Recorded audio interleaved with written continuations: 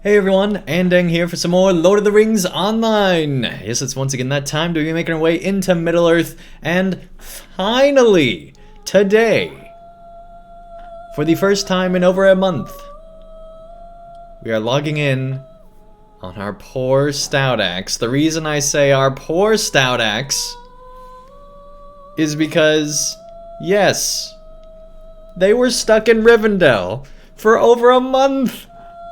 Our poor dwarf, was stuck there for over a month. At least they didn't die like the last one. Like, I guess that's a plus, but still. Our poor dwarf. I think we did finish the North Downs, actually, everyone. I think so. Diego, welcome to the chat. Jinjar, welcome, welcome. And, of course, everyone. Nice to have all of you here. Done some reading? I guess so. Neuroctic Anarchy, welcome, welcome.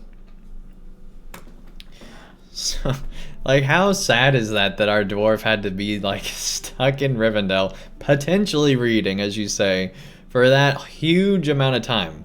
Like, thank goodness there's dwarves around here to talk to. Right now, we're literally just smoking outside of Elrond's library. We're like, you know, before we go talk to that crazy elf guy, we're gonna sit here and awkwardly, like, stand right here. Like, we're almost where we get hit by the door, right? Anyway, I guess that's what burglars do. Just put themselves in really awkward... Really, we should be smoking, like, you know, way over here, right? Be smoking in this corner. But there's an elf here that would totally give us up. I don't even doubt it. So you know what? Just because of that, we're gonna slap this elf and get ourselves on the road. So yeah, I guess we did make it to Rivendell last time. I honestly have no memory of where we were or what we were doing. I know that we did a lot of North Downs stuff, but I don't remember how we made it to Riven. Wait a second. No, we got ported here at level 20. That's not what happened. Okay. A strange fate brings you hither. Yes, a strange fate indeed. A strange fate brings you hither. Thanks for taking us to Imladris. We really don't appreciate it at all, Elrond. But yeah, I think the reason we came here was because we were hoping to get to the Misty Mountains in the nearish future, because, you know, that's a pretty dwarven place. So it'd be a good place to go. I'm not sure. Not sure. Look at that pro jumping there. No broken leg today. Alright. Still can't get over how polished this floor is. It's insane. You can see reflections like nothing else. The detail, man. The detail. Are these rugs? Yeah, these are rugs placed over the... Interesting. I've never really paid attention. They just got rugs here. Alright. Yeah, that's not part of the design. That's definitely a rug. Anyway, let's get out of here. It feels awkward, right? As a dwarf. Where's Eladin? Okay, so way outside of Rivendell. Cool. Let's go. Leaving the last homely house and getting a move on. He was helping Elrond with the books. No, we definitely were not doing that as a Stout-axe. Let's take a look at our Hobbit gifts here.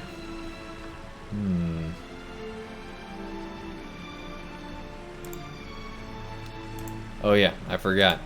Slash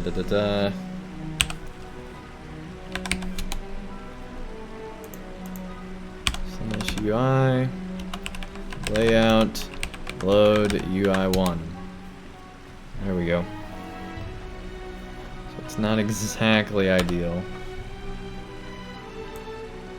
Made it set up much better on our main there. Whoops, we just got rid of that one. Oh boy. I'm getting rid of all of them. Oh my goodness. Honestly, we should probably just move this over here. This is a mess. Why'd we do that for? Alright. Anyway. Here we go.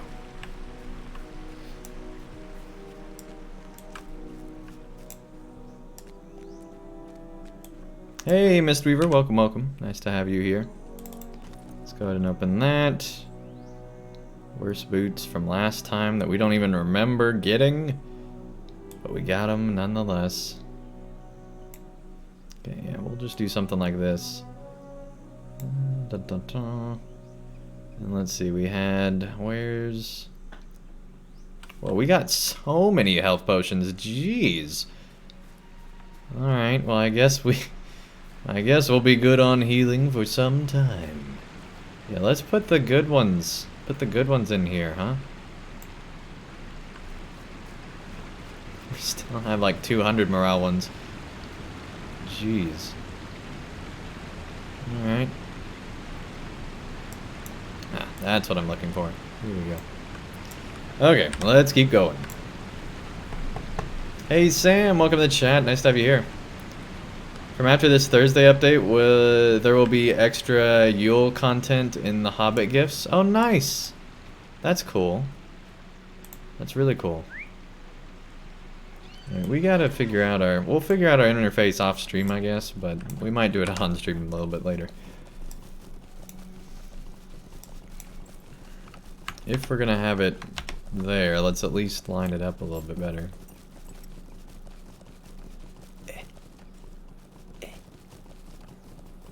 Come on.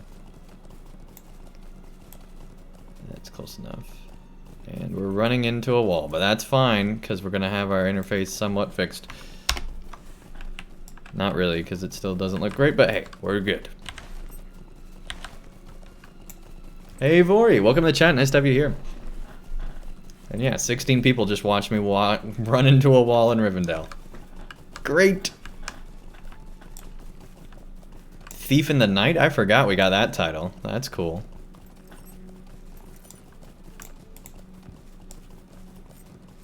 Okay. Man, the music just departed. It was like, I'm not having any part of this. It's still like kind of there in the background. Anyway, and then it returned.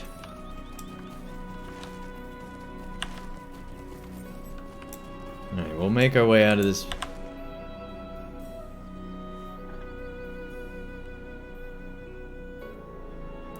No, it is outside there.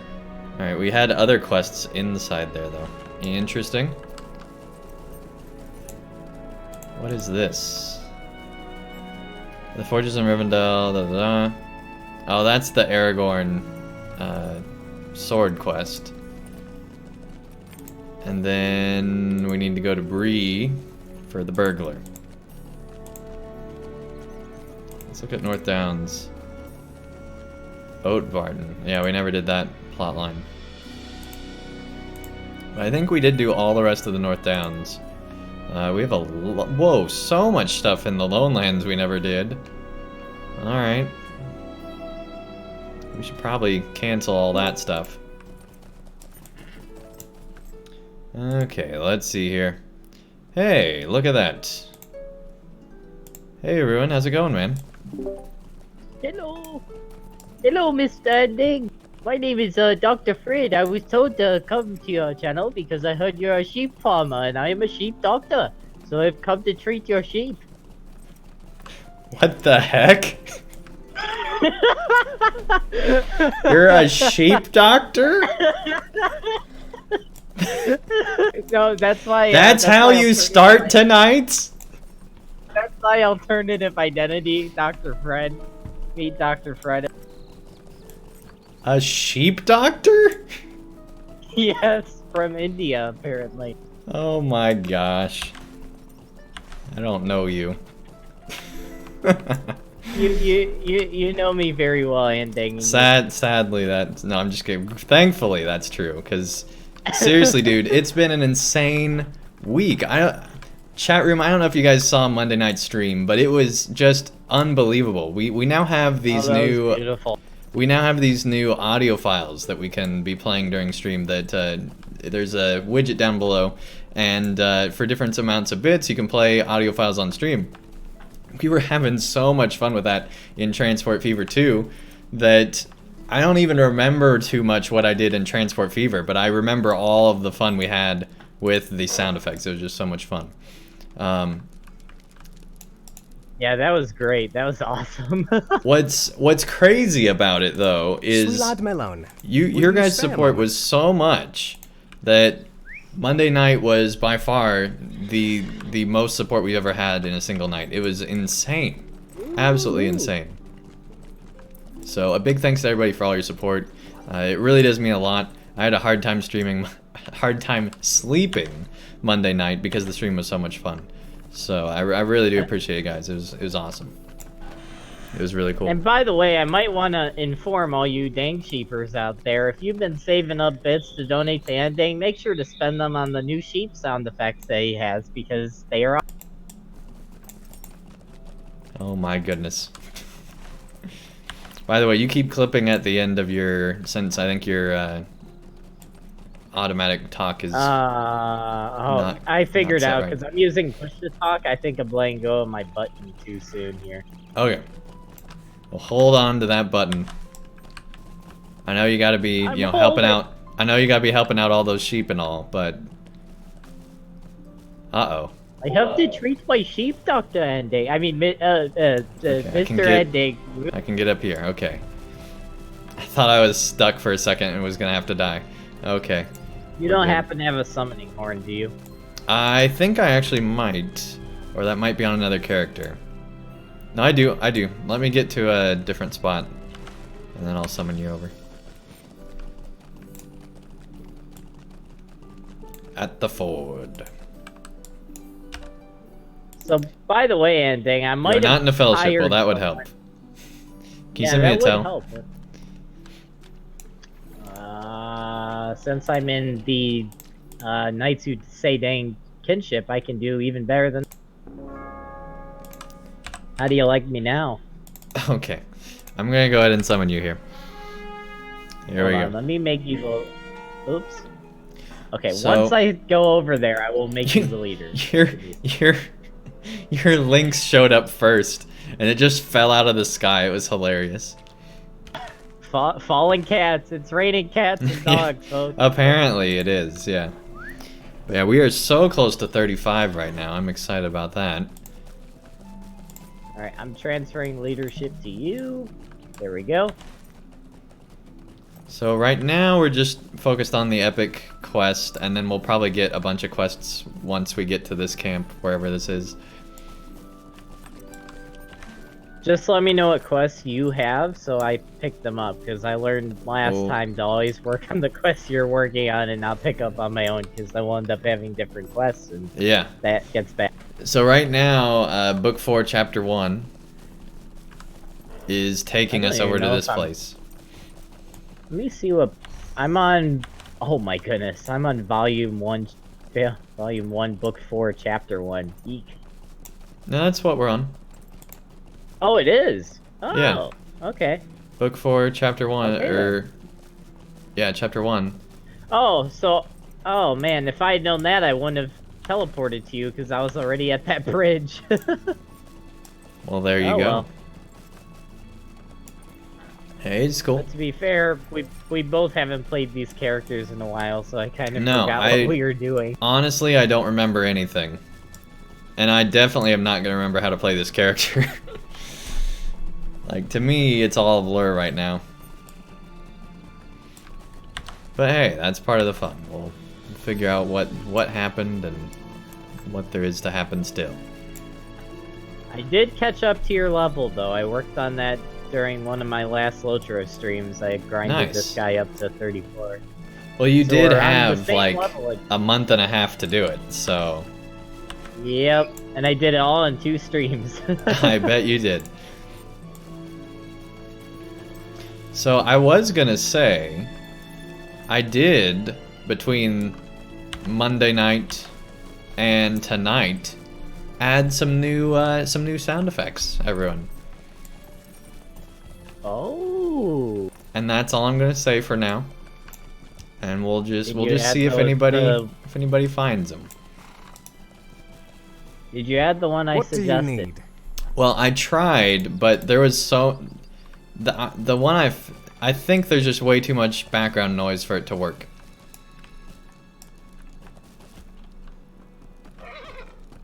And he also you added potato. Oh. he also says it in such a way that it just seems like sounds like in my head I imagine being like, let's go hunt some orc or something like that. But instead it's like, let's go hunt some orc. And it's like very... Really, it seems more epic when he says it in the movie. But it's maybe so his epic at the facial moment in the movies, but the audio file by itself just sounds so not cool. What do you I was Now- very now you make me disappointed wanna when rewatch- Will you lend me your ear? when I Make got me it. want to rewatch the scene. Now 'Cause keep in mind I remember that was scene. watching it at like 3 a.m. so I could have been tired, but... Okay, so yeah, there's no Probably. quests at this camp, so that's great. Andang, by the way, you want to tell everyone what we are currently planning to do this Saturday? So this Saturday, we are going to be doing the story part of the Yule Festival. Frostbluff. Gotta be specific, because there are quests for the Yule Fest outside of Frostbluff, but we're gonna do Frostbluff. And there is an instance, too, I might add. Two Yep. instances, technically, if you're... Because there's an instance for the quest, and an instance that's actually in the instance finder for the Yule Fest. So anyway, we're going to be doing all that, and it should be a lot of fun on Saturday. At least that's the current plan. Friday, before then, this Friday, we're going to be streaming some Total War. Finally! And talk Yeah, about not sorry. being able to remember what's going on. I'm gonna have a tough time. Like, I'll probably have armies just lost forever because I don't remember where they are. Like, We just have to make sure to get Raider in chat, because he's the expert on Total War game. yeah, for sure. Although I'd like to think that I'm the expert on Total War games, but maybe not. I'm still hyped for Total War, Troy. That game looks cooler and cooler the more I hear from it. I read an article about it the other day that was like in some game magazine or something. And like the more I'm reading about it, is like they're actually considering doing what another game that's a Korean game that's taken off right now, Kingdom Under Fire did, which is where actually you give your hero units MMO controls. So you can actually control your hero unit as if they're an MMO character. Which would be insane and totally change the way the combat works. And 'cause See, that then, makes me you be know- way less excited about it. Really? Why? Because like everyone that I've heard that's playing that Kingdom Under Fire game that has the same thing says that it sounds horrible, but it's like one of the most coolest things ever. It makes it harder, but it's more fun at the same time. Because my whole reason for playing a Total War game is that I'm playing the commander, not any of the soldiers. Well, you still are doing that though. Yeah, I know, but I don't want anything to do with the button press. So here's a question. If I don't press the button, can they automatically press it? Yes. Are you sure? Yes, if it goes the way that the article I was reading says that, and let me also say they're considering, they haven't decided. Well, then that It's makes not me set in even... stone, they might. Like, then it doesn't matter if I press the button, then why do I press the button? Because it gives you an option, like say, oh, then like say like in Total War 3 Kingdoms. I you don't have like another any commander part of challenge this you at to a all. One-on-one duel. Like you get challenged to a one-on-one duel with another commander, like has happened in Total War games, then you could actually fight them instead of just watching them fight. I don't want to. I just want to watch. If I want to do stuff like that, I'll play StarCraft. Really? StarCraft has that? Yeah. I didn't think StarCraft had that. And it's a lot of fun in StarCraft because you're controlling individual units and like hero mission type stuff. So it's like really, really cool. In a Total War game, particularly like here's the thing, if it was in like Warhammer Total War, I would be thrilled about it. But it's in a historically accurate Total War game. I don't want there to be skills and stuff. Also, hold up, I gotta correct you on that, and I did tell you this before. Total War Troy will be the first game they've made that will not be historically accurate because they're mixing real life history, but also mixing in Greek mythology. And it's gonna be kind of like, hold on, let me dismount and help you with this guy here. So it's gonna be a lot like, I don't know if you've ever seen Clash of the Titans or War of the Titans. Yeah, it's gonna be like that stuff. Which in theory could be really, really good. But at the same time, I'm like, but I want my... Like, I'm so tired of them doing all these not historically accurate Total War games. Because I feel like I'm at a lack of historically accurate Total War games now. Which is the whole reason I played them. Like, I played other RTSs for the other cool RTS stuff. I played Total War games for the history stuff. Well, it's still gonna have that. Just it's also gonna have the aspects of the Greek gods being real, in addition to everything being historically accurate. In addition to, but see, that's not how that works.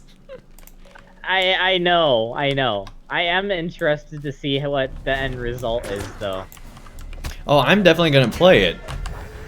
Because I agree with you. It's one of those things that it could be really good, it could be really bad, it could be somewhere in the middle. We won't know until it comes out. Right. But I'm just saying, like, for example, with the Three Kingdoms thing, they went very fantastical with that one, too, even in the historical mode. And so, like, just with the way the art style is and everything else. I just want a, like, visually hyper-realistic, which is what they used to do, historical Total War game. And I think it'd be much, much more... Because we haven't had one since... maybe Shogun 2? No, Rome was Rome was the last one. But I didn't play that one, but I need to.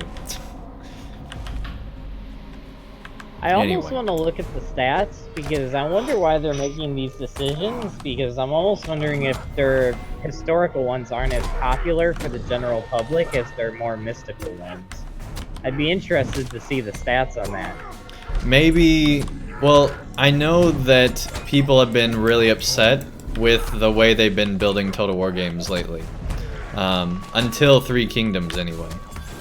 Because Three Kingdoms brought back in, like, strategy, you know, a lot of the older stuff. And so I'm not sure. You regret buying Total War Three Kingdoms because every faction literally has the same units? Yeah, Mistweaver, I agree. There wasn't the normal That's because it was all premised on civil war in China instead of China versus other countries. Right, but you China could still, China. like, in the past, what they've done is they've had certain factions have, like, totally different, like, special units and stuff. So, like, you're the same, like, basically they're very similar until the end game comes along, and like, certain ones are really, really good at cavalry or something like that.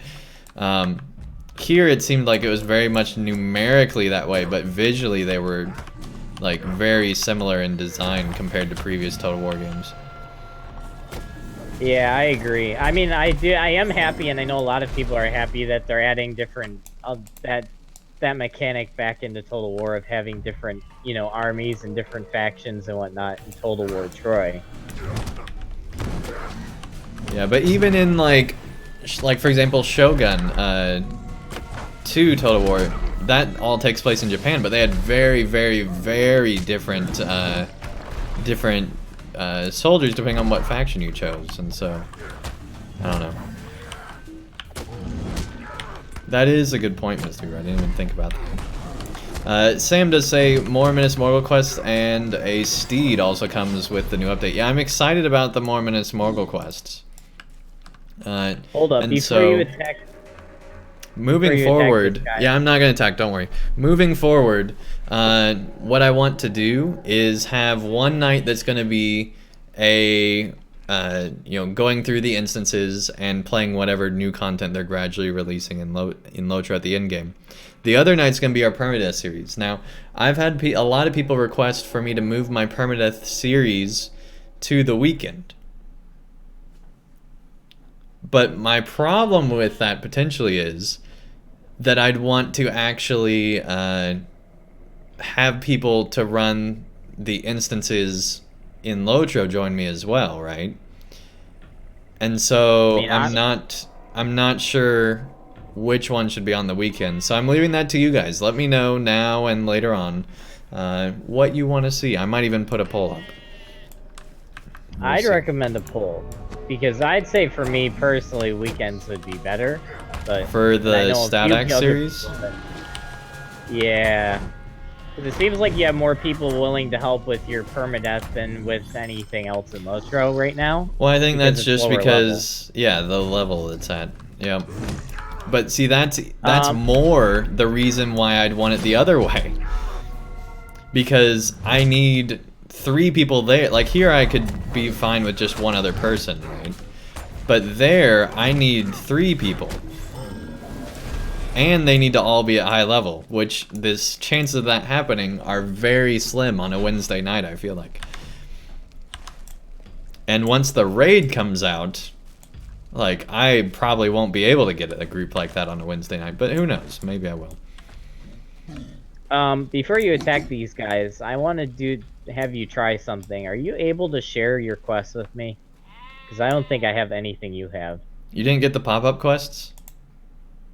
I got them, but I didn't accept them because I didn't know if you were grabbing them or not. Yeah, anything on level I accept. Let me share. Gotcha. I can't share them. Really? Yep. Why not? It won't let me. The share button is not lit up.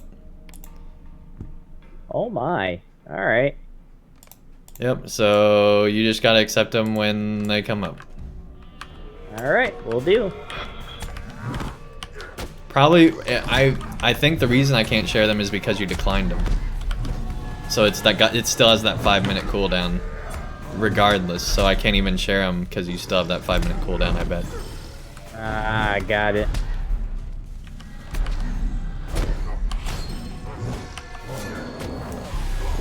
So what is this skill? Double-edged strike to do a quick attack. How's that compare? Yeah, that's not anywhere near as good as these skills. Alright. Enables surprise strike from stealth. That's cool.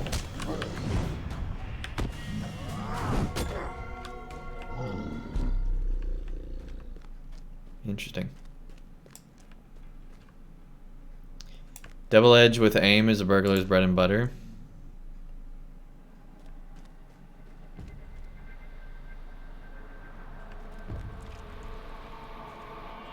And you got Addle.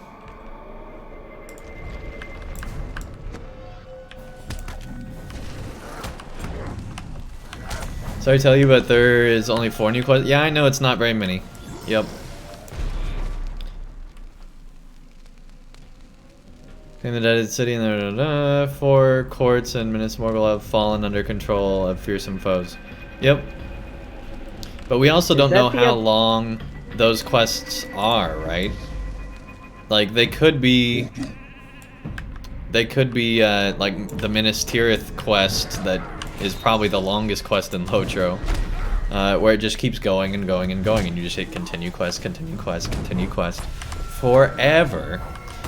And then eventually you get to the end of it.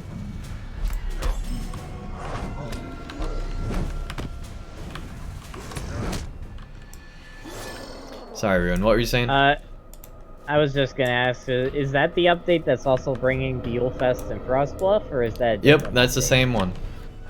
The update that's coming tomorrow. Yeehaw! Hey! Yay! Level up! Woohoo! Level Congrats. up! Level You're 35. You're about 2 more kills ahead of me. New skirmish is available. I think it's funny that it says new skirmish, but it's really other stuff. Anyway. If he trolls in the troll shots, well, that's appropriate. There we go.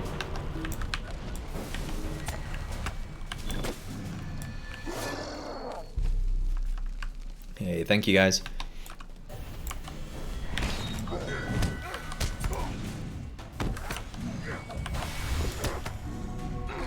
Yeah, if anybody wants to join in, just send a tell to Dang Fry.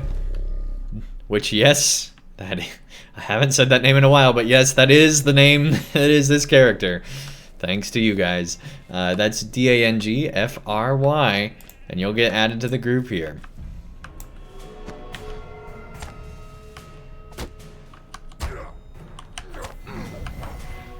You guess that those points of control, and that would be cool if it was like the points of control in 4Cal. That would be really cool, actually.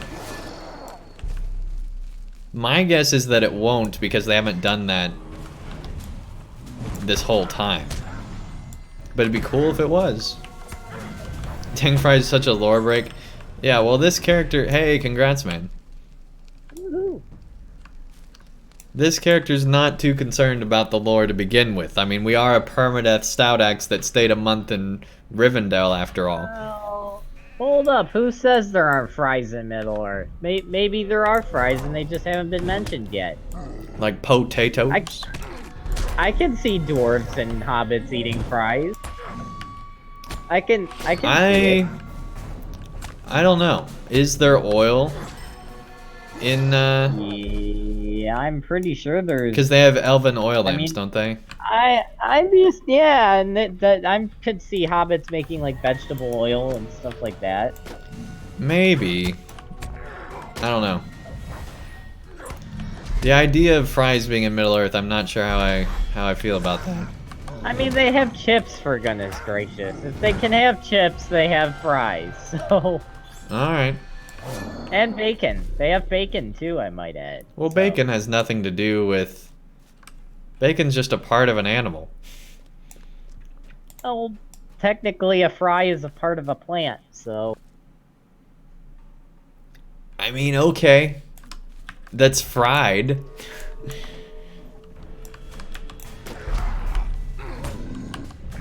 Bring the wood and oil. Exactly. That's true. That's true. Yeah, Denethor did say that. And hunters do have oils in LOTRO, so. That still doesn't mean that there's fries in Middle Earth, though. We don't know if somebody had the initiative to create one of the best tasting things of all time. Now, the real question is not if there are fries. The real question is, are there burgers in Middle? I think that's a definite no. I mean, I think if there's really a planet like Middle Earth, that someone somewhere along the line would think, hey, maybe if I put a slab of cooked meat in between two slabs of bread, put some cheese on Yeah, but I bet there aren't buns. Cow. Put with it. I don't think the typical construction of a hamburger is in Middle Earth. And if you start saying that McDonald's is in Middle Earth, then I'm just dropping you off the call. No, I was gonna say Burger King is in Middle Earth. Oh my gosh. Hey, we're out of the area for some reason. We have to defeat a certain type of something I'm that's not just this. following you. That's all I'm doing. Yeah, I know. You're distracting me. That's what's happened. McBoffins. Yes, I agree, Bella. And it's McBoffins in Middle Earth instead of McDonald's. Oh my gosh. And you guys were saying dang fries lore breaking.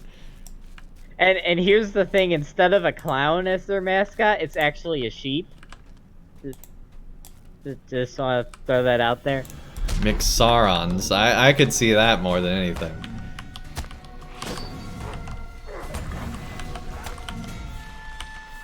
That's funny.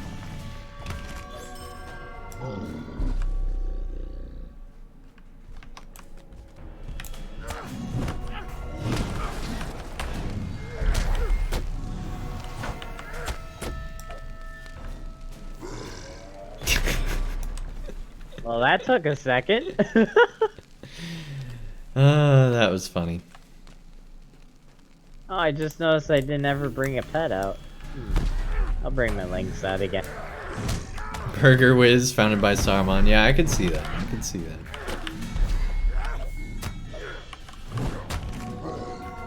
Now the real question is, do they have pizza in Middle Earth?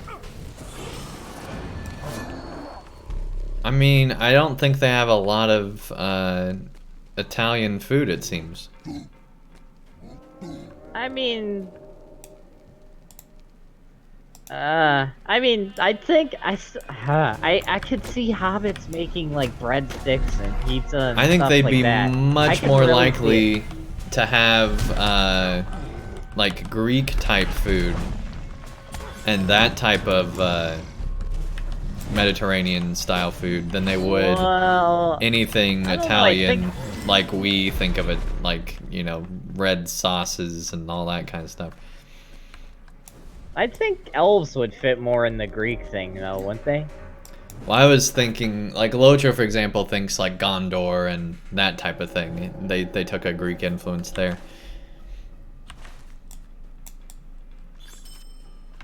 What are we actually supposed to... I don't think we're even... Yeah, we're supposed to fight these humans. That's what we're looking for.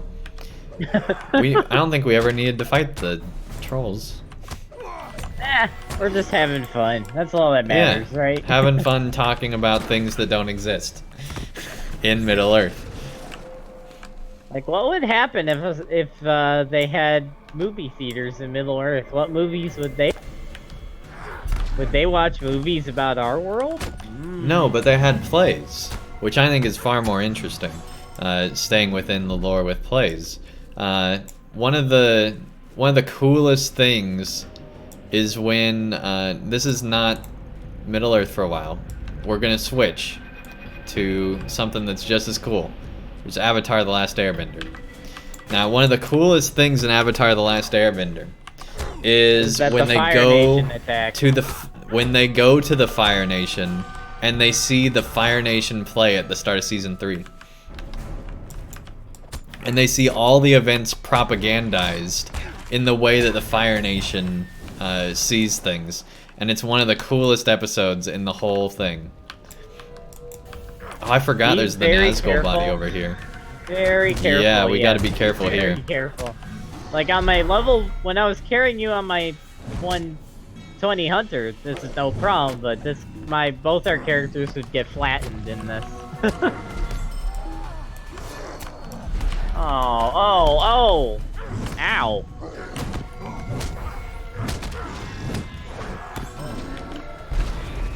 That show was I love that show, Bellon. I love that show. Legend of Korra was alright. The first season was maybe the worst season, I felt like. Are you saying you're an anime fan, Andang? No, I'm saying I'm a fan of this particular type of animated show.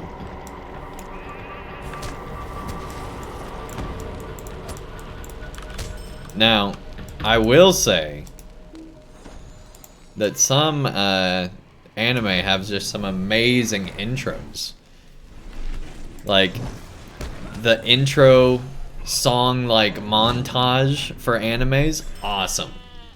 Most You're of them not wrong. are just amazing. The shows themselves, I've never really been able to get into too much into anyone. Now, I haven't been, like, nobody's really gotten me into any good ones, so there's that. If you can pull this last archer, let me add myself to a target assist. If you could pull that one. I will do that now. Actually, my links will, because I accidentally clicked the wrong skill, but I'm okay with that. Hey, there we go. Go cat. Which my cat is named Alita after Alita Battle Angel, which is a live-action movie that's based off an anime, which is great. So there you go, Andang. It all ties together. Mr. Beaver says they love Pokemon, especially the main series games. Yeah, I know a lot of people that really, really like it. I used to be way into it. I still think that the Pokemon movie where Pikachu just starts crying as, like, Ash is dying, one of the best moments for sure. Oh, we actually need to... Yeah, we actually need to get up to that Nazgul. Well, good luck. I'll stay back here in case you die and I need to revive you. You have to come here too to do the quest. Remove the bridle from the corpse. Here we go. Oh, I do? If you have this quest, it's not working. Oh, I still have to defeat more hillmen. How many how more? many more do I have to kill? Oh, hold up. Did you need to talk to Eladin first to get this? Yeah, did you not do that when we were at Eladin and talking to Eladin? No. No. But that was before we actually started talking about syncing our quests, so... yeah.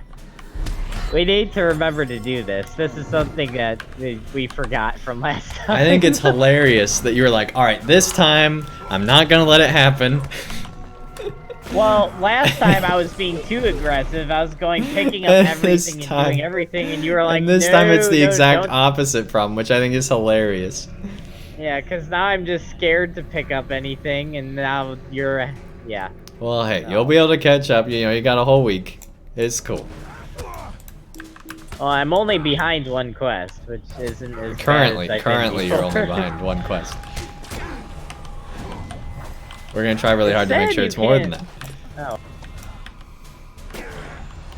Just Ons, welcome to the chat. Nice to have you here. They say, are those Grog? These are trolls. Grog were made up, I think, for Shadow of War. Or Mordor, or whatever. I don't remember if they're actually mentioned in the lore. I'm pretty sure they're not.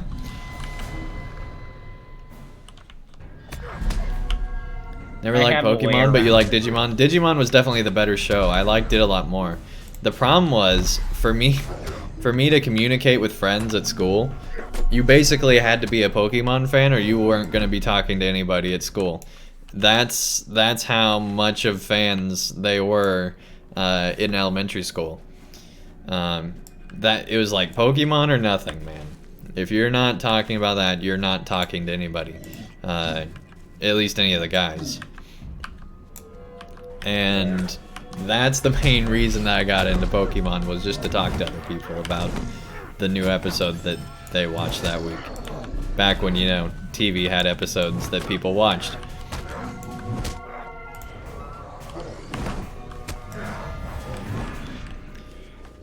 So anyway, that's the main reason. But yeah, I like Digimon way more too. I thought it was a much more interesting world.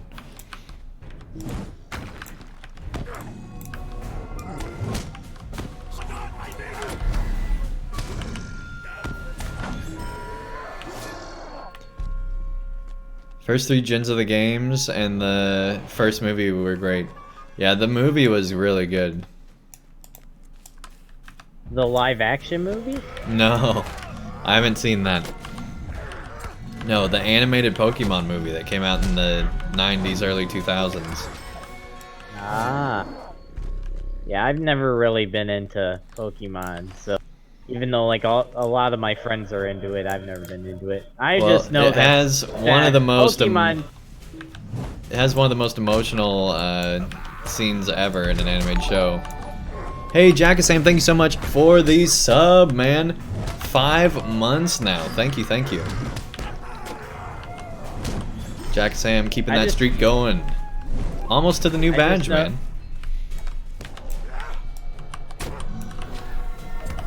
Jack-a-Sam's awesome. Absolutely. But anyway, I just know that Pokemon Go was like the worst thing to ever happen in Pokemon history. Sorry, not sorry. Well, glad we got that controversial opinion out of the way. All right. Well, I was just talking to like a few coworkers at my work today, including a bunch of them who actually were addicted to that game for the longest time, and even they were admitting, like, yeah, that's serious safety hazards. Like, anything that is making kids walk out into the middle of the streets to get a Pokemon, like, something's not right there. They did not think through the implementation, I'll give you that. As far as safety of individuals, they were very experimental, we'll say, with that. I would say that the moment that I knew Pokemon Go was huge was me and my family went to this like Italian restaurant one night. This was in the summer. This was right when Pokemon Go was really starting to take off, like right when it came out. And we went into this restaurant, had a great meal, came out of the restaurant, and literally hundreds of people just all over the place. and we realized apparently someone placed a beacon mentioning this place of how amazing it was, because in this place there's just a bunch of very, very small shops all over, and every single one of the shops had a you know, the things in the game that you can go to and get stuff. I never played Pokemon Go, so I don't actually know what the terminology is. But anyway, it was like one of the best spots in the entire metro area for farming Pokemon. And so there were just so many people there all of a sudden, and it was crazy because my parents were like, you know, what's going on? And so my dad asked one of them, and it was like, Pokemon. Because this was before it was even in the news or anything like that. This was like right when it released. And yeah, it was crazy. There were so many people there, and all of them had phones and everything. And that's when I realized, okay, this is a real thing. If you get, you know, 100 people in Oklahoma to go to this specific shopping center that would never have anywhere near this number of people, all going there to play a game, like, they're doing something right, you know? And you didn't see me remind Miss Weaver because I had a free self-revive, which I used, but thank you for trying to revive me, I appreciate it. Yeah, what happened, by the way? I kind of, well, I didn't cheat, I just broke a rule that I usually don't break, which is where I bought some LOTRO points and then bought some mithril coins, and I just zoomed around the map doing the objectives, and now I'm ahead of you, so you're welcome. Oh. Okay.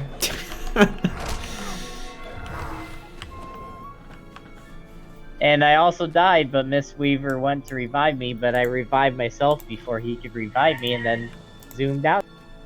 But thank you, Miss Weaver, I appreciate the thought.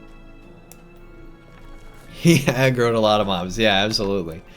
Absolutely. That's funny.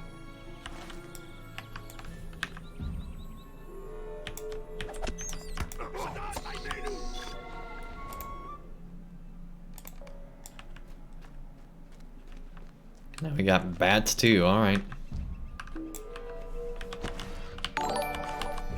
Hey, Jack Sam, thanks so much for the bits.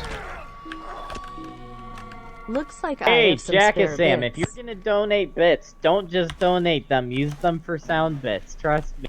Yeah, Jack and Sam, you weren't here last night, but we do have a new toy, I guess you could say, where we now have sound effects down below.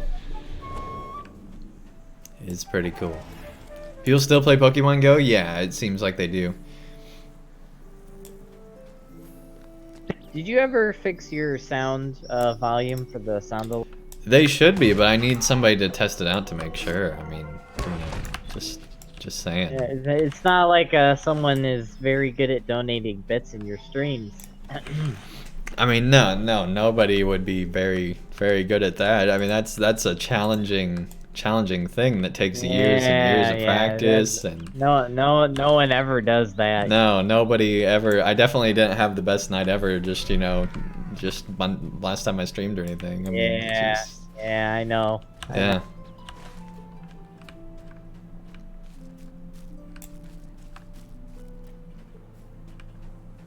Shrug left. That's a pretty cool emote. I think that's part of a snowman, right? That's what that is? Yeah, cool. yeah. There's actually a lot of different winter-themed emotes you can unlock. Yeah, I think I've got like 20 of them. My favorite one. Let me show this real quick in chat. Not any of those. Where's? Here we go. This one's my favorite one. It's a snowman on fire. Oh yes, isn't that one awesome? It's so cool. I got that one too. I love that one. I liked the caption of it too, which is the "This is fine" thing is actually referring to a meme. I don't know if you've seen that meme where there's like a dog inside a burning house. It's like, and he's like sitting at a table while everything's burning around him. He's like, oh, everything's like. I just thought that's funny because it's just referencing a meme. That just made it even better. Yeah, absolutely. Alright, we almost have 6 deer parts.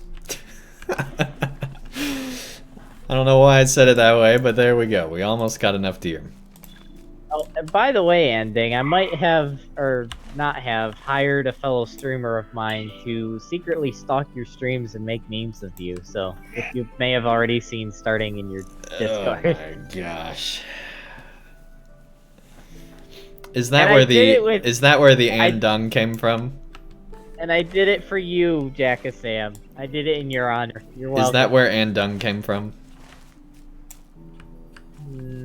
Did you see that one? Let me check. Which one is that in? Actually, they might not have shared it. Chat? Now that I think about it, that might have been in a private message. Let me check. No, it's in LOTRO chat. The memes are in LOTRO chat.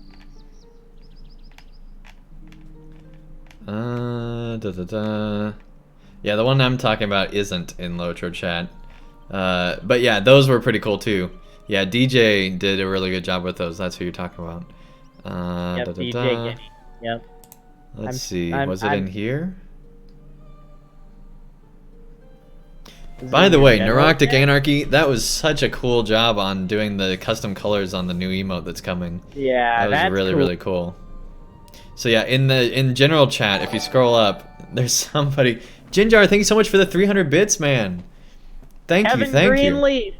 Kevin Greenleaf, the man, the myth, the legend. Yes, that's Kevin Greenleaf. Yes. So Kevin Greenleaf had a picture of a sheep, and then above the picture it says Andang, and then below that there's some sheep droppings, and it says Andang. That's my wonderful community. Okay, that's the quality content that you guys are missing out on if you're not in the Discord. So there you go. Check it out today if you haven't already. And make sheep memes. Or don't. Or do. Or do. Oh my goodness. To do or to do not? That is the question. So anyway, guys, make sure if just making sure in case you don't know, we do now have sound effects on the channel that are a bit related. So for example, I'll play one of them for you guys for free. Here we go. Just show you what we're talking about. So we leveled up earlier, and I was really hoping someone would have played this then, but this is the level up one. Here we go. If I wasn't playing with you actively right now, I might have done it. Maybe. We level up,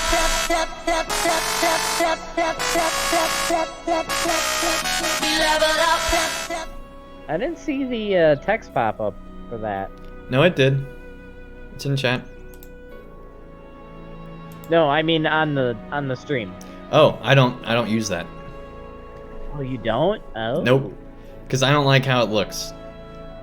Like if it was more animated, I would use it more often. And also if the text was bigger. Can't you customize it? No. You can change the size of the whole thing, but if you do that, then the text gets too small for the size I'd want it at. So, anyway, okay. No, I don't use that. I might change my mind, but for now I don't.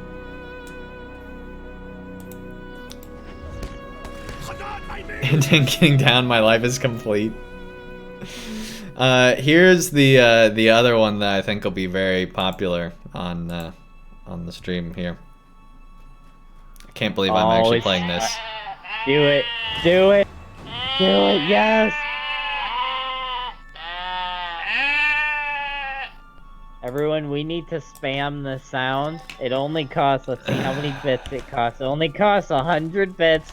So if you guys could donate 100 bits and play the flock of sheep sound, please do. You will gain honor and reputation among the children of men, I guess. You know, everyone, you know, they need a leader to show them how this thing works, you know. I mean, they don't know, you know. They need somebody to show Are them. you encouraging me on? Or ooh. Am I egging you on? Yes, you're throwing potatoes my way over here. Oh my gosh. You're making me go bananas, and The puns You know never what end with they you, do say? they?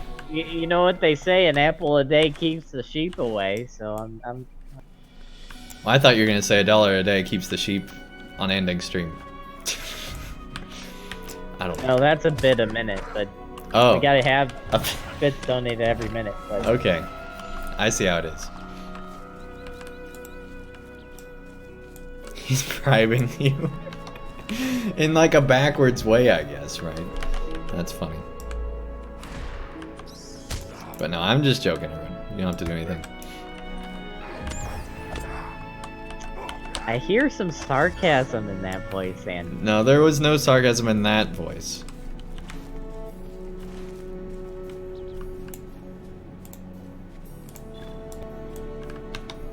Anyway. I need chat to support me on this. Will you guys promise to donate your bits to spam sheep sound bits on Andang stream?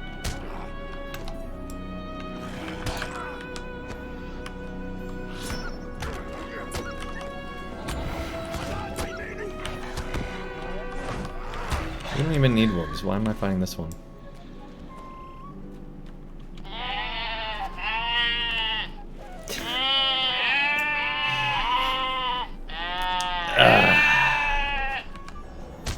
I really don't know why I added that. Why did I add that? Everybody. Why is that even an option? But wait, there's more. By the way, Chad, how is the volume on that? That one's loud. How is the volume on these? Because I'm trying to adjust them to be good.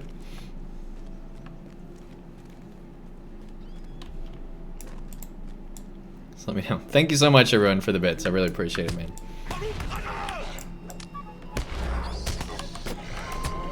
I'm trying to get chat started. And also, just because I want to hear what in the world this is, I'm playing this too. Oh boy. Potatoes!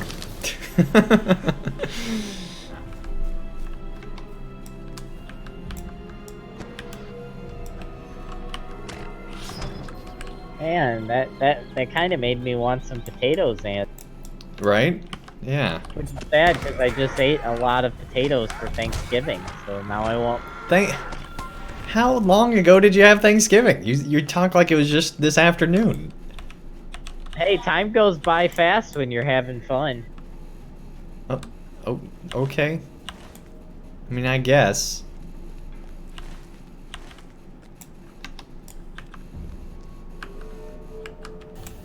And also, I might add, chat, next time Andang runs and does something he shouldn't do on his own, please play this sound bit right here. It would make me so much. That's loud.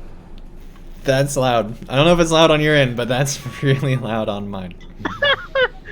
I saw you cringe on your stream because I have it up next to me right now. That was kind of funny, to be honest. Jeez.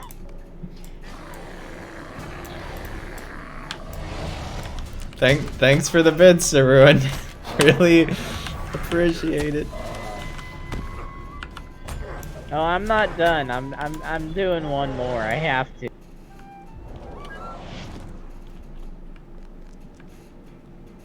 I love the tiger skin on that. Looks really cool.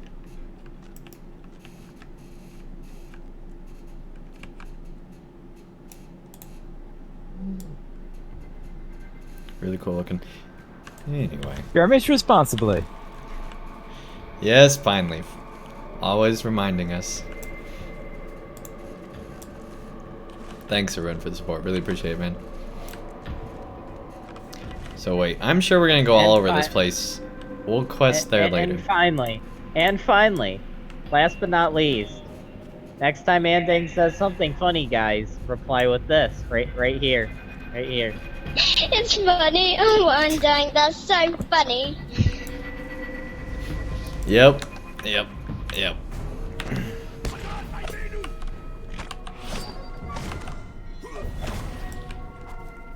So anyway, chat, we got some new toys. Some of which have still been unexplored. Just leaving that ominous. The best one is definitely the flock of sheep one. Just gonna say that. I'm just gonna throw that out there for all you dang sheepers. And I might have, like, some of them, particularly on the third page, are really, really, really long sound effects. Which is why they go up in price on the third page, because my goodness, the Sandstorm one is just insane. But, anyway. That doesn't have anything to do with Anakin Skywalker, does it? Because you do know he hates sand. That has to do with the song called Sandstorm. I know, I was making a joke. But I did want... So, here's... What got me to start watching some Star Wars clips was, for one, looking for, like... I was looking for Lord of the Rings sound effects, and Star Wars was in the side thing. But I scrolled past and saw that on Revenge of the Sith... The cover, the image for the Google YouTube,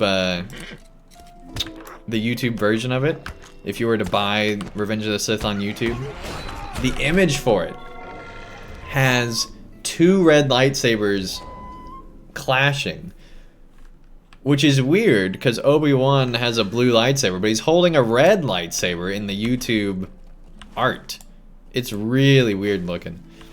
Is that foreboding? Oh, I didn't even think. Maybe that's a retcon, and really in episode 9 we're gonna find out that Obi-Wan went to the dark side. Maybe he was on the dark side the whole time. Plot twist. And then he pulls in Ryan Johnson, and we realize that the whole episode 8 movie was actually a plot with both of them.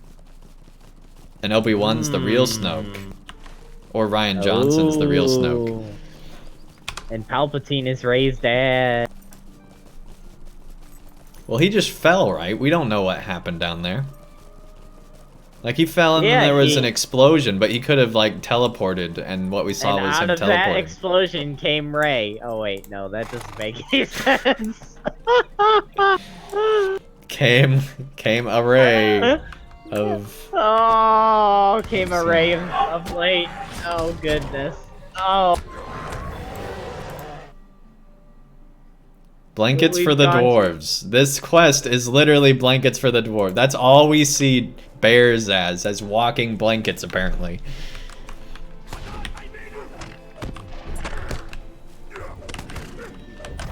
That deer's doing some whip action right there. Alright. There we go. Now we got the deer quest again. Actually, this one's elk. Did you just... Wait, hold up. Did you say that deer was doing the whip and the nay-nay? That is not what I said. That's what you said. That is what you said.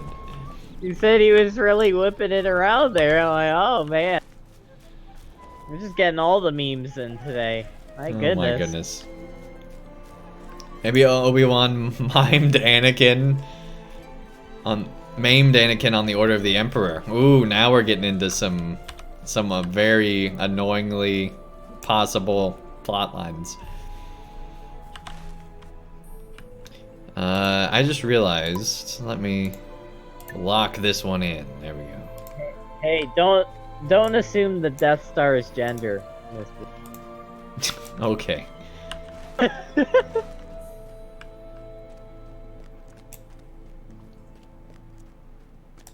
They did do evil Obi-Wan art for Battlefront before it was canceled. Really? Or is that Battlefront 1? Battlefront 1 or Battlefront 2? A joke without sheep? I don't get it. That's funny.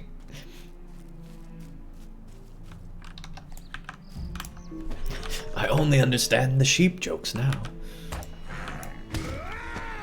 By the way, guys, I did submit the sheep emote on Monday. So that should, it usually takes about a week. So next Monday, hopefully we'll have the new emote up and ready to go. Ideally, it'd even be on Sunday, which would be really cool, because then we'd have it for the next time we play LOTRO. Woo! What are you doing on Sunday? That's when we're doing the 3-man dailies. Oh, are you and also gonna the do new quests? Yeah, the new quests they added. Yep. Cool. Yep. cool with the flock of birds in the background. Alright. Yeah, it's got nothing on a flock of sheep. Hint, hint. Wink, wink. Come on, chat. Okay.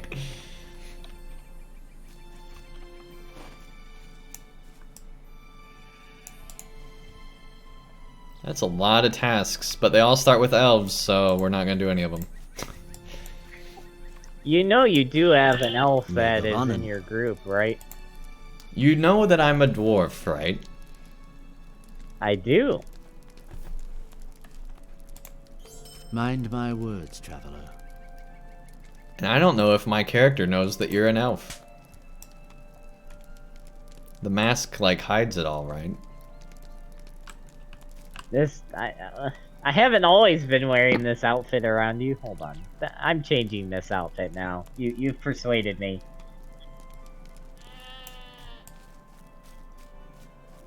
You know what? I'm putting my winter Frostbluff outfit on, because it's that time of year. We're doing it. Hey, Bellon, thank you so much for tuning in, man. Really appreciate it. See ya, Bellon.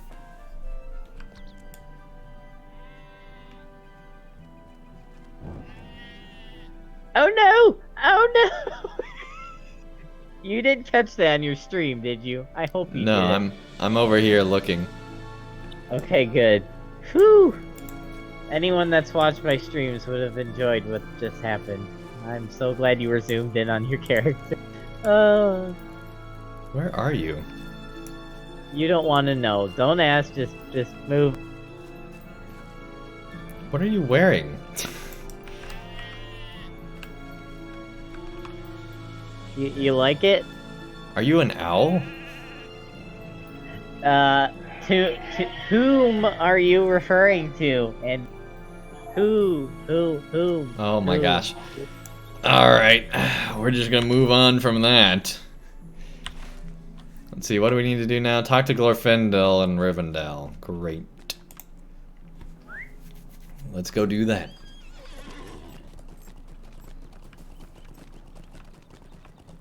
Did you finish the pelts and the elk? Jack Sam says they have high hopes for episode 9. Yes. Did you finish the No, I didn't finish the elk. The pelts and the pelts from the bears? I don't know what I finished. I'm just moving on. They're pop-up quests, so they don't even matter.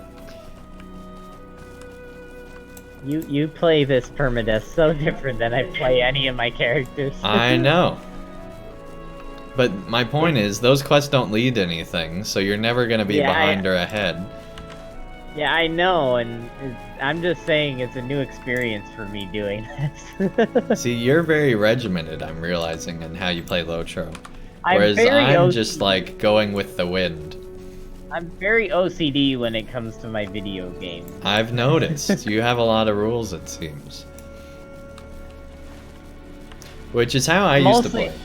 Like, when I used to play, I had this, rug for, like, Hot Wheels. It was like a Hot Wheels rug thing, like blanket, that you'd put on the floor, and then you can play with Hot Wheels on it. I had one of those too. But And no. I got to a point where, like, I'd have all the cars go to all the places, and so they just gradually move along the way. And my dad came in and was like, just wanted to play with me, you know, because, you know, wanted to play with his son. And I was like maybe 5 at this point, maybe even younger than that. Anyway, had like a whole system of how I'm, you know, playing with these cars. And he just started like driving all over the place and doing all this stuff. And I was like, no, you gotta go here and then because I'd made all these rules up, right? And yeah, he did not continue playing after that, because he's like, why does my 5-year-old have all these rules on how they play with cars? And this is how Andang got started on Transport Fever, everybody. Oh my gosh. Sure, everyone, sure. So anyway, for like a while I was very much like, this is how I have to play things. But then later on I'm like, yeah, I'll play it however. That's a lot Well, of orange level enemies that I'm going by alone right now. Actually, I appreciate you, Andang, because you're teaching me how to play an alt account, because most of my time in LOTRO over the last few years has been doing my hunter, which I've been a completionist. Actually, more like an ultra completionist with that, guys. And I've gotten so used to doing every deed, every quest, taking my time on everything, exploring every nook and cranny of everything up to Central Gondor that it's messing with my head that I'm not doing that at all. Well, and see, for me, it's boring to play characters the same way. Yeah. Like, if I'm gonna play a new character, I'm gonna play it as somebody totally different that does something totally, you know, completely in a different way. Yeah, fair point, especially in an MMO. Well, especially when you've done things, you know, however many times. Greetings, See, friend. so these are now Will you orange lend me level your ear? quests. So we could do them if we wanted to. We'll do them maybe on the return journey. If there is a return journey. Dun, Right. dun, dun, dun. Sounds like when I was 9 years old, playing a war outside with my friend, making rules for literally everything. Yeah, so I used to not, like, I feel like you know, when I was young, I used to just play and do whatever. But then when I got to, like, a certain age, which I guess is around 5, but probably older than that, I stopped playing and started doing, like, you know, doing more obligated playing, if that makes sense. It wasn't just, you know, free nilly-willy. There were now, like, structure to the way I was playing. To be Which fair, is I did kinda the same sad. thing. No, I mean, I think more people did that as kids than you may think. Because, like, when I was a kid, I played with Legos a lot. Like, Legos were my favorite toy through, like, most of, honestly, middle school and high school. And I would always, like, I'd build the sets. Well, actually, I had, like, a system. I had a whole system when I got a Lego set. Whether I bought it or I got it for, like, my birthday or Christmas. I had a whole system, which is where I'd take the pieces out, I'd build whatever the heck I wanted first, and then I'd take that apart, build the actual set, and then I'd set it on display somewhere and tell my whole family no one touch that set until I get tired of displaying it. And if someone touched that set, I got to the point where I noticed if a Lego guy was moved like half an inch or even less than that, and I'd be like, "Who moved this Lego guy? I didn't give you permission to touch my Lego set." Yeah, and like I had similar stuff where it's like, you know, I worked hard on whatever it was. Don't move this stuff, right? Mm-hmm. And my mom was always going crazy about it because she was like, "Why do you need to display your Lego sets all over your room and the rest of the house?" I'm like, I don't know, but I just want people to see my creations. I'd like make all these cool setups, like especially when Lego Lord of the Rings came out, I went crazy on those. I still have my Mines of Moria set like on display in like our living room. Nice, yeah. So with my house, like my mom basically said, you know, like the playroom, which I think we called like the den or something, and your room, you can do pretty much whatever you want in. But the rest of the rooms in the house are going to be like a home that is for adults, we'll say. That's much more toy free. Now you could take toys in there. You just have to make sure that you don't leave them overnight, kind of a thing. You know, make sure that you clean up after yourself in the you know, more family rooms of the you know, house. Yeah, that's pretty much how my mom was. My dad always was like, "Yeah, you know what? I don't really care, but Mind listen to my your words, mom." traveler. But Oh, this is an on-level quest. oh, You'll travel to the last bridge immediately. Well, let's not do that just yet. Yeah, we want to do that so that we can go through everything. We'll come back to you, Elf. I'm just standing next to Glorfindel waiting for you. Yeah, I'm almost there. I'm on my way. 3 years In later. transit. Okay. In transit? This isn't transport fever. This is I knew you were LOTRO. gonna. I knew you were gonna come with that. I knew that was gonna happen.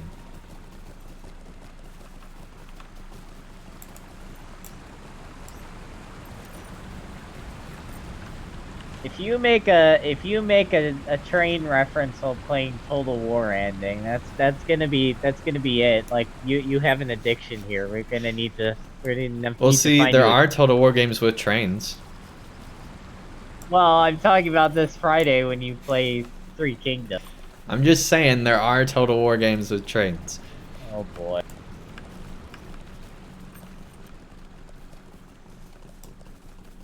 Now that's one. Me and my dad, both like big train fans, and we went to like train club, did all this kind of stuff. What was really cool is every now and then we'd go downtown to the train yards, and we'd eat at this restaurant that's like right by the train yard area. Oh, nice. And it was train themed. And so they had like one train that went around the whole perimeter of the upper part of the restaurant. Ooh. And they had like other trains that went through other parts of the restaurant. It was really, really cool. Like the perfect place for a kid, right? When I got older, I realized the food is horrible. Like it's literally just a place to go to if you're a kid and excited about trains. When you get older, it's like, oh my goodness, why did we ever eat here? Because it's just like really bad food. But the atmosphere is amazing for kids. So it was really cool. It is kind of funny though, because some things that seem amazing when you're a kid, you grow older and you're like, why was I so amazed with that? Well, like one of the trains would only go around every so often, so like the waitress would like point out whenever that happened, which was really, really cool. Like they'd go out of their way to point out how cool the thing was to kids, which I think is awesome. Yeah, that's cool. Because it was like way up, so it's like one of them was like really hard to see as a kid, so they actually had to point it out, otherwise you would not have noticed, because it was like up in this part of it's hard to explain, but it was out of the way. No, there was a restaurant in my area that had a very similar design with a train that but they only put the train up at that restaurant during Christmas time because it was like a Christmassy train. But still, it was very similar to your story. So it's reminding me of that, and it's bringing back memories. Can you actually try sharing some of your quests with me, Andang? You should have all the quests that I have. Check, because I'm sure I grabbed a lot of them, but I might have missed 2 or 3 of them. Like that one you grabbed that's... Oh, you didn't grab the last bridge one, did you? I can share this one, but you already have it.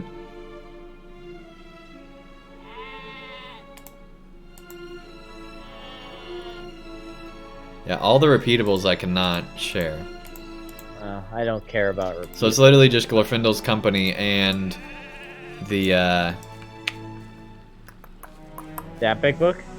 Yeah, that's all I got. Alright. I'm gonna go do the last bridge one in a second, but where's... Right. So this is the Fort of Brunin. So yeah, we're gonna do the teleport over there, and then we'll figure out... And that'll be quests that you'll actually be interested in getting. Rivendell still, this many years later, is so beautiful.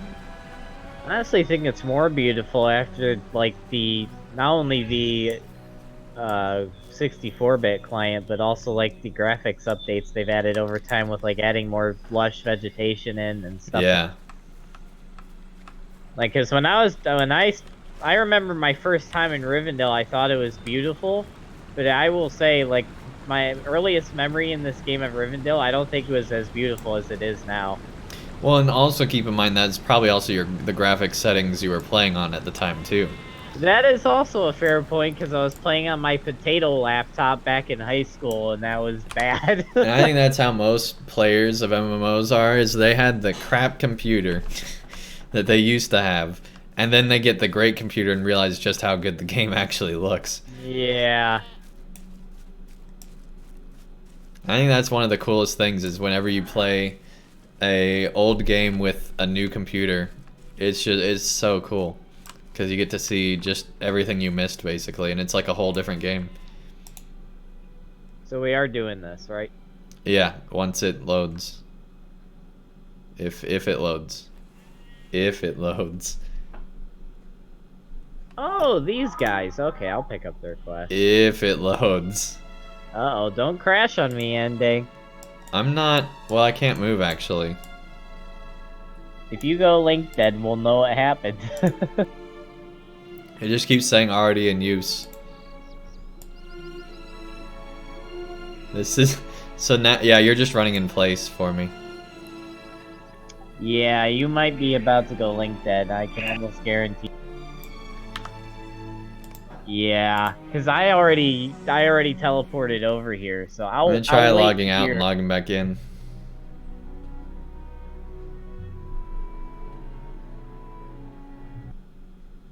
Yep, connection to the server was lost. There we go. Yeah, that was probably a lag spike or something. Yeah, I agree, Miss Weaver. Definitely like a lag spike. Alright, well that happened. Right after we were talking about how much better games look and stuff when you get newer computers. Yep. Well, and that was an internet issue. It wasn't even a computer issue. That is true.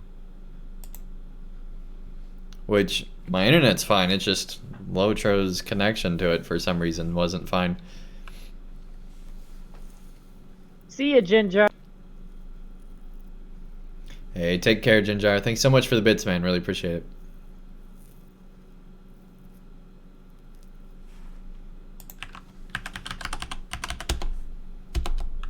And by the way, since you asked and I never really answered you, the outfit I'm wearing right now I got at Buell Fest last year. Which it is an owl outfit. Zero says they remember when Helm's Deep came out and you had those disconnects. Yeah, there was a lot of issues with Helm's Deep for a lot of players. I never really had major connection issues to LOTRO at any point that weren't definitely my fault because of the computers I was playing on at the time. War Steeds, no matter how good of a computer you have, War Steeds will always cause lag issues. Well, and there was the every time we go into Minas Tirith, that always caused me an issue where I'd crash in Minas Tirith. So there was that, I should say. So I did have some issues. But in general, like people that have had like major issues, I've never had those major problems, knock on wood, with LOTRO. But I know that they do exist. It's just we somehow avoided those. I had problems on my first computer I ever played LOTRO on. Like, I remember the first time I went in Bree, I remember having, like, hard crashes constantly going in Bree. Because it was so full of people and my potato PC could hardly handle it. Back in the day. Way back Will you when. lend me your ear? We've already almost gained another half level. Jeez. Leveling is so easy at this range. It really is, though. Especially when you have people to quest with. Like, compared to Minas Morgul, going through the city of Minas Morgul and trying to gain levels, this is easy.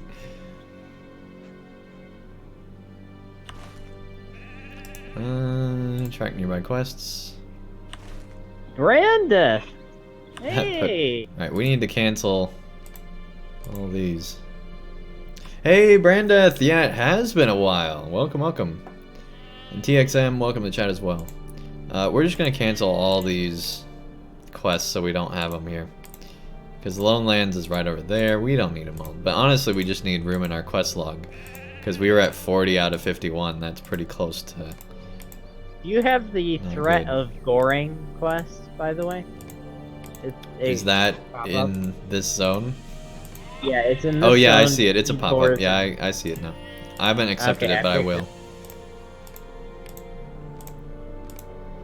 Almost cleared out. So yeah, we went from like 40 to 24 quests now. That's kind of crazy. Alright.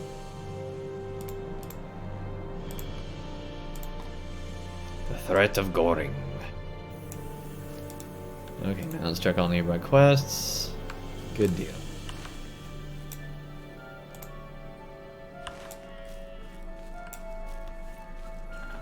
Here we go. Back into the troll shops. Did you see what's on the back of my cloak, Andang? That's cool. Yeah. They have some pretty cool, like, wintry, Christmassy themed cosmetics you can get at the Yule Fest. I like it. Some of which you get from doing the story missions, hint hint. Yeah, we'll get to it, man. We'll get to it.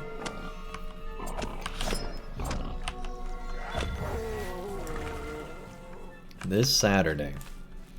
Mm-hmm.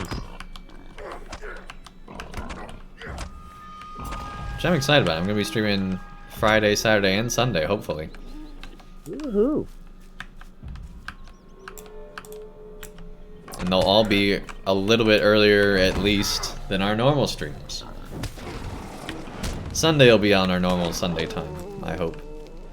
I'm sure Kevin Greenleaf will be very happy to hear, because he usually tunes in when you're ending your stream. Yeah, that is true.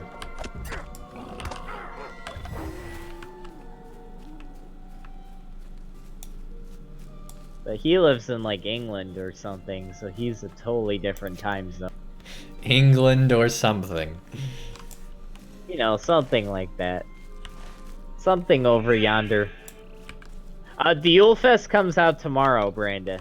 Literally tomorrow. Yep. Yeah, it's patching tomorrow.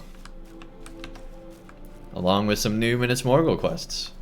Woohoo. Which we just finished Minas Morgul, right, just in time for the new quests, so that's kind of cool. Keeping you busy. That's why we're on this character right now. Yeah, I know you're in Scandinavia, Sam. Nice to have you here. So are you a modern day Viking, Sam? I mean, that's a given. Even if Sam wasn't in Scandinavia, Sam is definitely Viking. Who's just in time? That's Mr. Time to you. Ooh, a plug of flies? A plug? A plug of fries. Yes, a plug of fries, Andy. Oh my gosh. You turned that around very well. Oh, here's a tater. Oh boy. Oh boy. So, someone want to do it? Someone want to do it? Anybody? I'm gonna have to do it, won't I? I'm gonna have to do it. Alright, I'm doing it. I'm doing it, folks.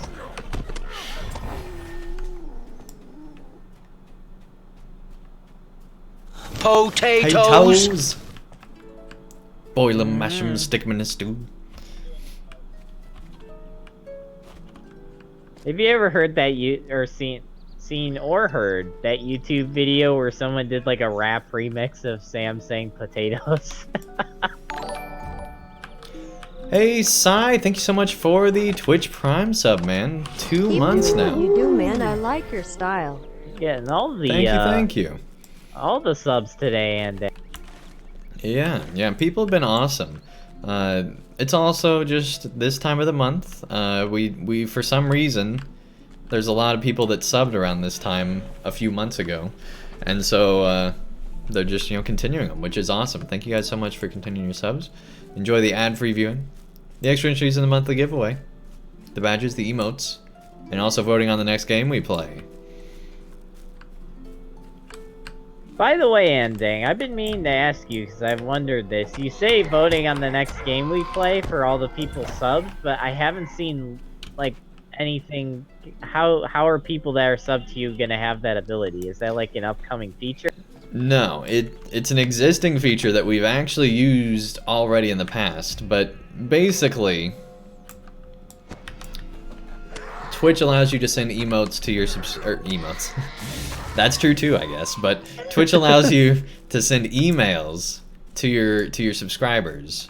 And so basically you'll get an email from Twitch through, that's really from me, that says, hey, go vote in this straw poll. And so patrons and Twitch subs can go vote in those. We haven't had one recently because, well, we have a lot of games going, and I also have the ability to override and say, hey, we're gonna play this game anyway. And that was true with Transport Fever too. I don't do that with any like new games, but whenever it's like a sequel to a game, I'll usually just say, hey, you know, people really enjoyed Transport Fever and Train Fever. Let's just go with Transport Fever 2. Plus I got sent a code from the devs, so that helps too.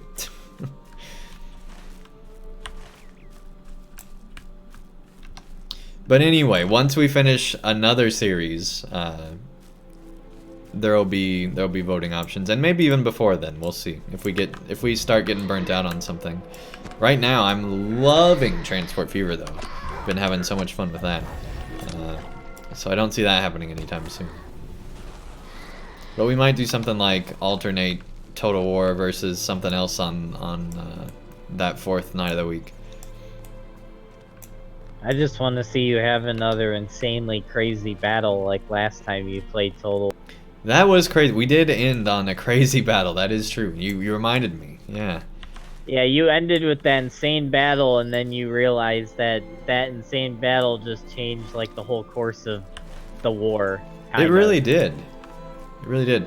I don't know why I keep going this way. We want to go fight stuff in the other direction. Other than the main country that you're eventually gearing up to fight as your main bad, but other than that, like the rest of it is like changed up now due to what happened. Yeah. If I remember. Well, the main country, the main kingdom is going to be really, really annoying, to say the least, because they're just ginormous. Yeah, that last battle, though, was like one of the most insane Total War battles I've seen. Which I haven't seen many, to be fair, but that was pretty insane. It was crazy. It was crazy. It was like a over 2 hour battle right there, and you redid it after like an hour and a half where you failed. And you're like, no, we're trying that again. It was a critical battle. We had to win it, otherwise we were gonna lose the whole game. Yeah. I just remember you were going crazy because the reinforcements kept pouring in, and you were like, how many reinforcements do they have? The reinforcements were stupid. They really were.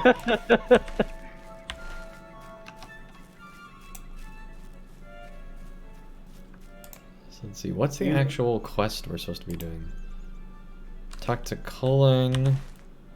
I'm doing like 3 quests at once right now. Where's this one?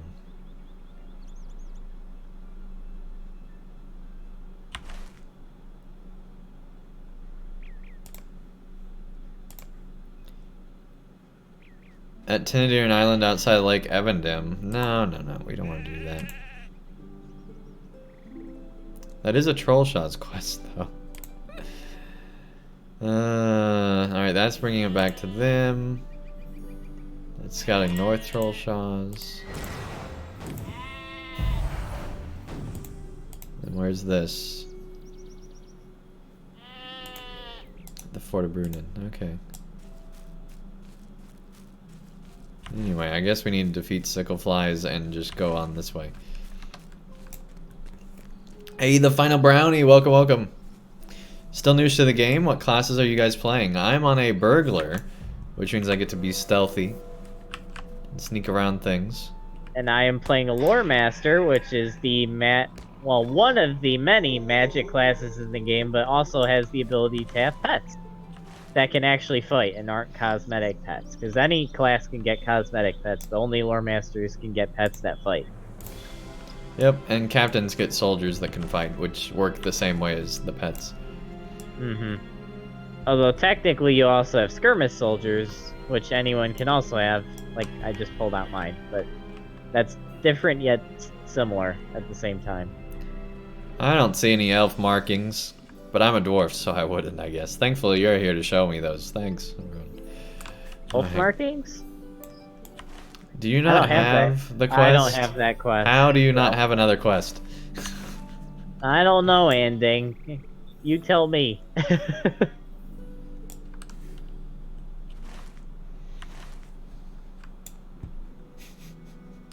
Mr. Completionist over here doesn't even have quests. I'm just kidding. Well, I learned. Yeah, you know why.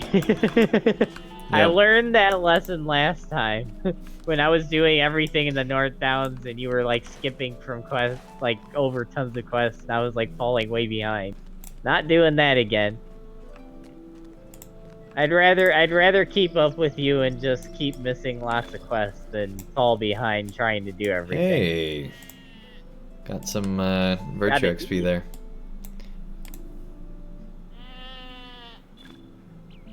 Ooh, we got a third one. What's this one? Fortune Stout-axes, shadow mitigation, fire mitigation, vitality. I'm excited because champions are going to get more blocking with vitality now, which just means I won't die as much in Minas Morgul, so I'm excited about that.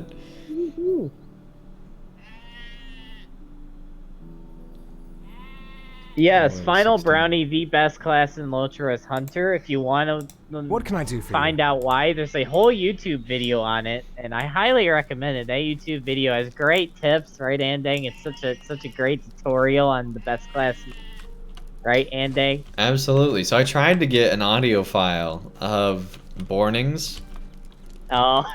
but it sounded so weird not in the video. Like it was silly.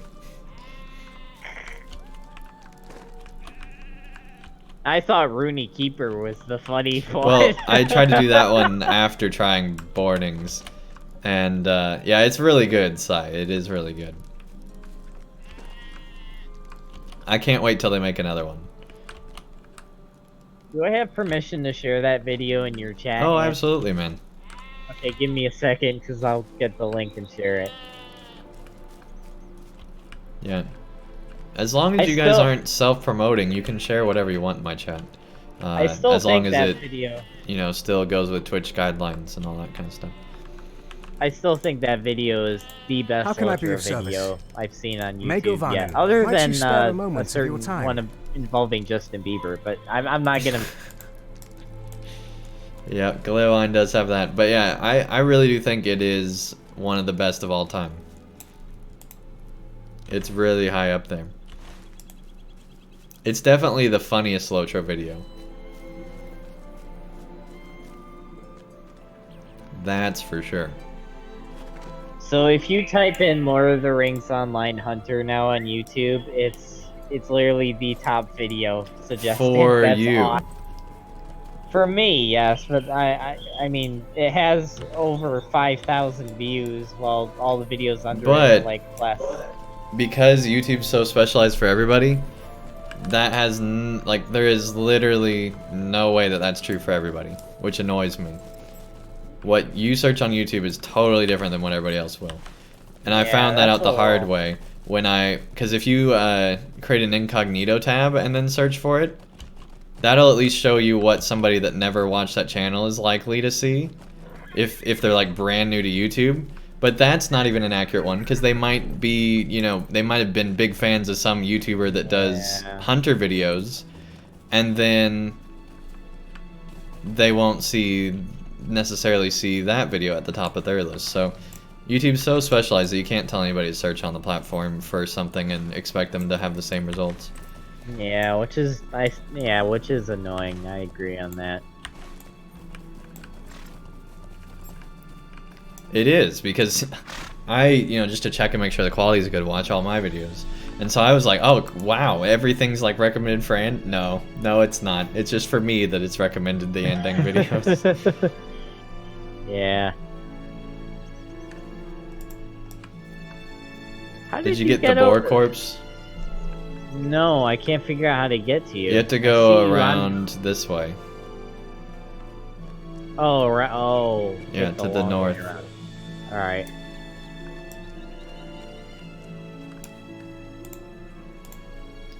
Got those LOTRO points. And a deed completed. There you are. And Now I we see need to the search boar for corpse. evidence of a dwarf company. That's my kind of quest. My links just fell out of the sky for me. It finally happened to me, Andang. That's awesome. That's right, because you hadn't seen that, had you? Nope. You found no further evidence of the dwarves' location. That's because they're all with Lord Elrond studying in his library, right, Andang? They're all doing something. Not here, apparently.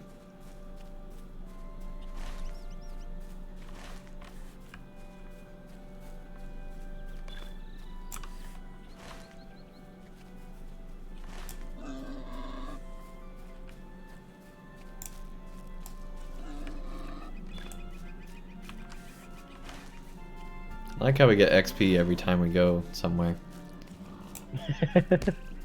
That's kind of cool.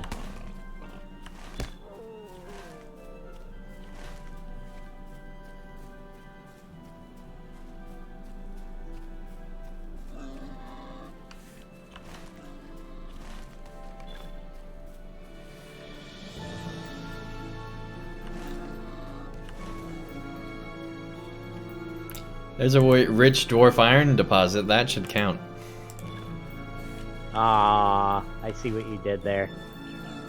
Oh, it has dwarf in the name. That's evidence of dwarves.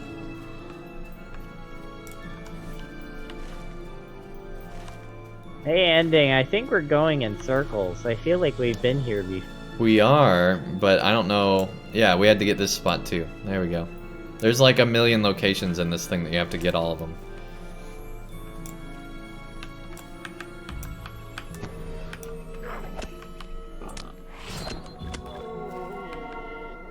What if dwarves turn into iron deposits when they die? Then I would be very sad if that was the case. It'd be kind of ironic in a way. That's a whole nother level of the circle of life right there. We come from Mithril, and to Mithril we shall return. If that was the case in Middle Earth, then how cool would it be if you were literally like wielding the remains of your forefathers? Like, that'd be insane. You know, even with that being a little far-fetched, that's not too far-fetched at the same time. Like, I could see dwarves, like, putting, like, you know, the remains of their ancestors and, like, forging them into a... Yeah, well, I mean, I'm pretty sure there are cultures that have done that in reality. Well, that's why I'm saying that. I'm pretty sure I've heard of cultures doing that, so I wouldn't be surprised if, like, a dwarf would do that or whatnot. And I'm almost wouldn't be surprised. I have to ask Dwarf Scholar or something, because I would be very surprised if he didn't even think that would be something a dwarf would do. Because I'm pretty sure I can already hear him saying that he could see a dwarf doing that. I don't know where we're going, but it's not the right way.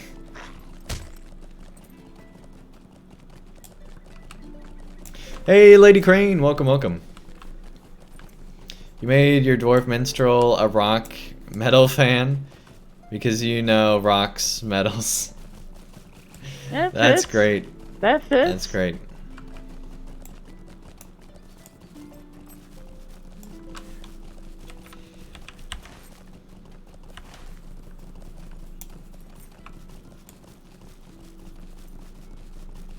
We just wanted to get up to that camp. Did you find the camp yet? Nope. Andang, are you lost? Nope.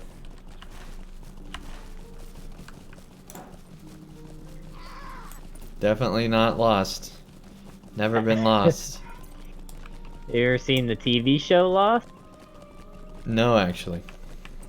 Neither have I, so we're in the same boat. How can I be of service?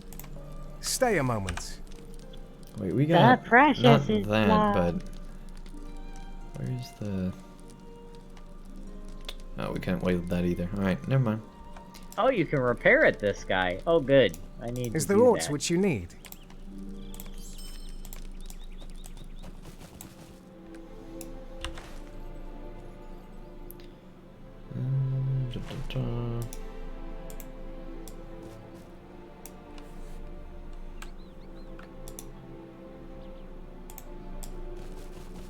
Here we go.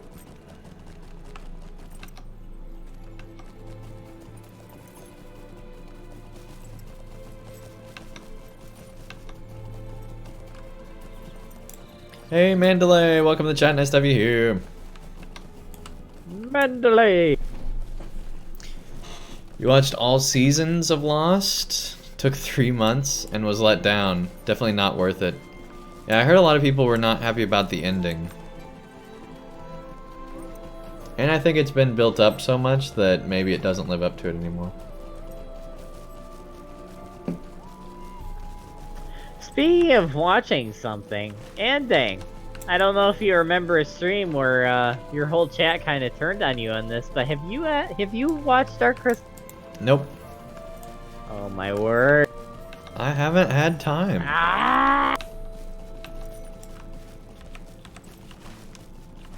I can I don't understand watch that, a lot of shows. I really don't. Not anymore, anyway. It's a really Man. good movie, and then a really good prequel show to the movie. What can I do for you? When Clone Wars season 7 comes out, I'm gonna be all over that.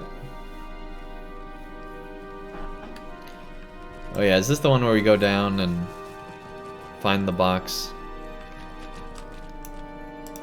Here we go.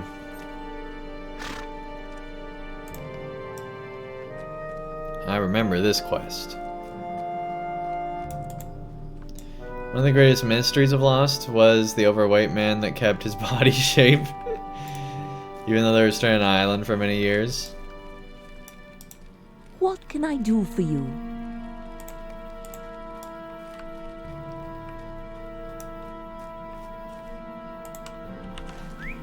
Okay, now we can go on to talk to Hoods or what's-its in the place with the thing. That's a great description, Andang. I thought so. You should write the quest guides on LOTRO Wiki. I really shouldn't. They would be awful. Somebody goes to look up a quest, they see, oh, you go to the thingy on the point of the map. No, they'd literally just be coordinate, coordinate, coordinate with no words, just coordinates. And just expect everybody, and like a bunch of run speed buttons, and then there'd be audio files loaded up of just me reading the quest text to people, and that'd be my LOTRO wiki entries. Honestly, they'd probably just be a link to the stream, and then just expecting people to find out where it shows that.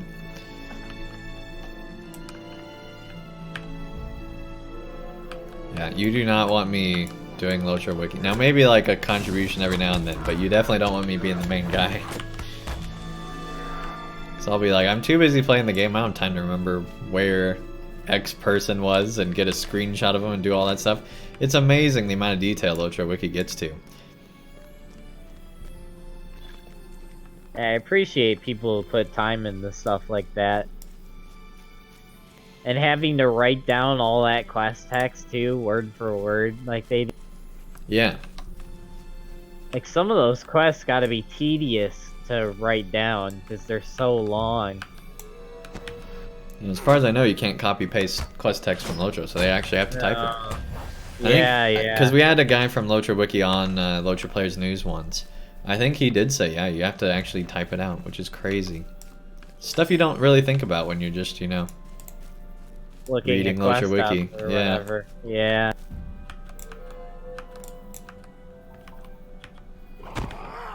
Let's get the skill that's not on cooldown. There we go. Speaking of quests, what's your favorite quest in the game?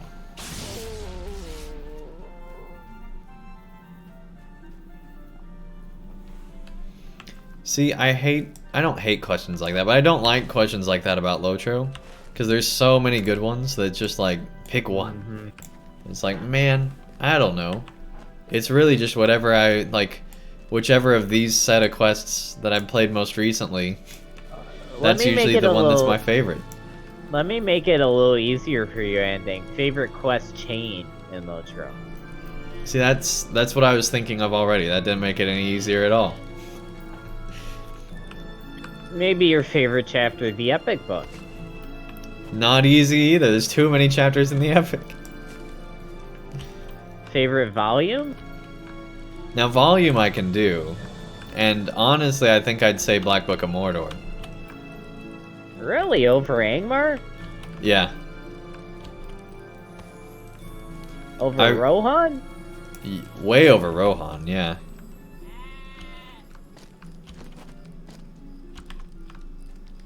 I enjoyed Isengard more than Rohan. Where would Angmar rank? Because I'm curious, because that was Angmar is like definitely second. Okay. I just really liked what they did with Minas Morgul. It was so good.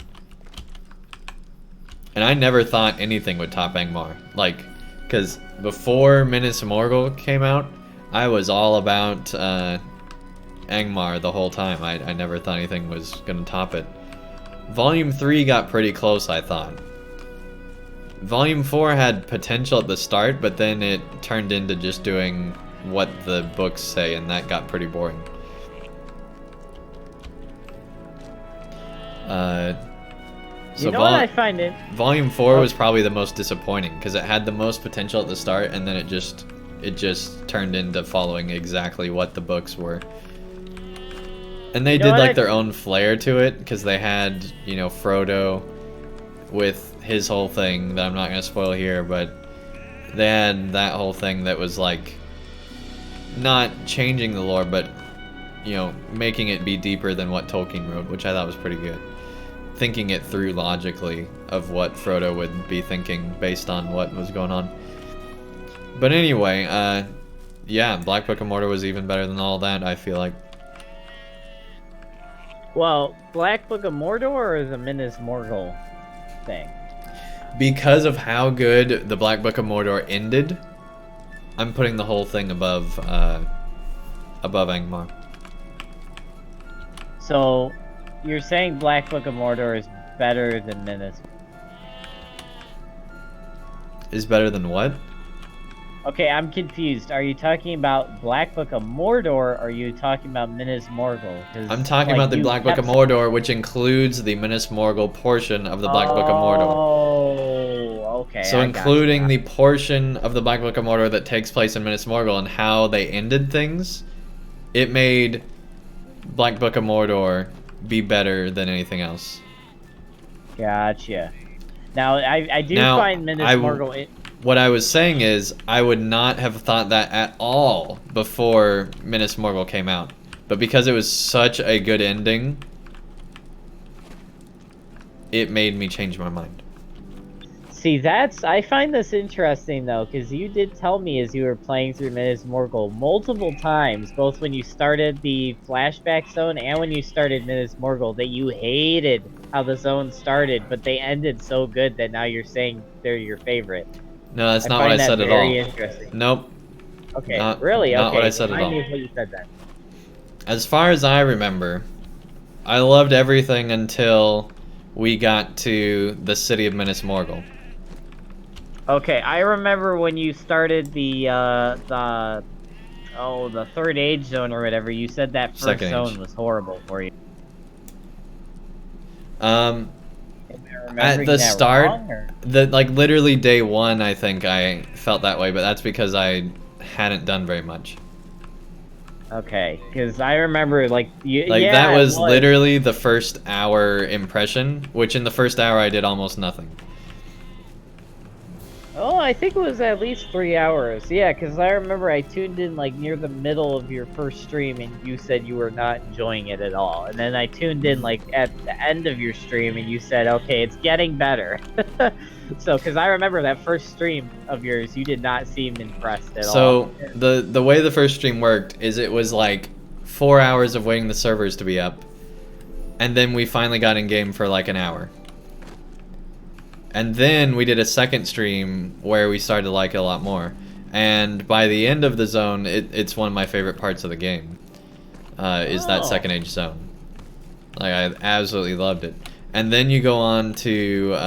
the only reason I didn't like it is because I just didn't play... I ended at the literally worst time I could have. For me personally, as the type of game I like. The gameplay I like.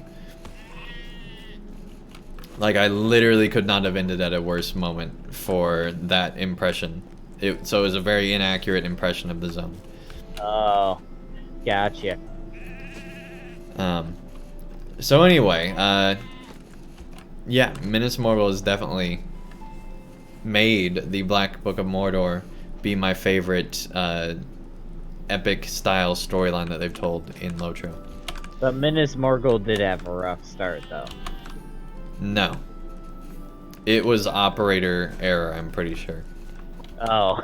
Yeah.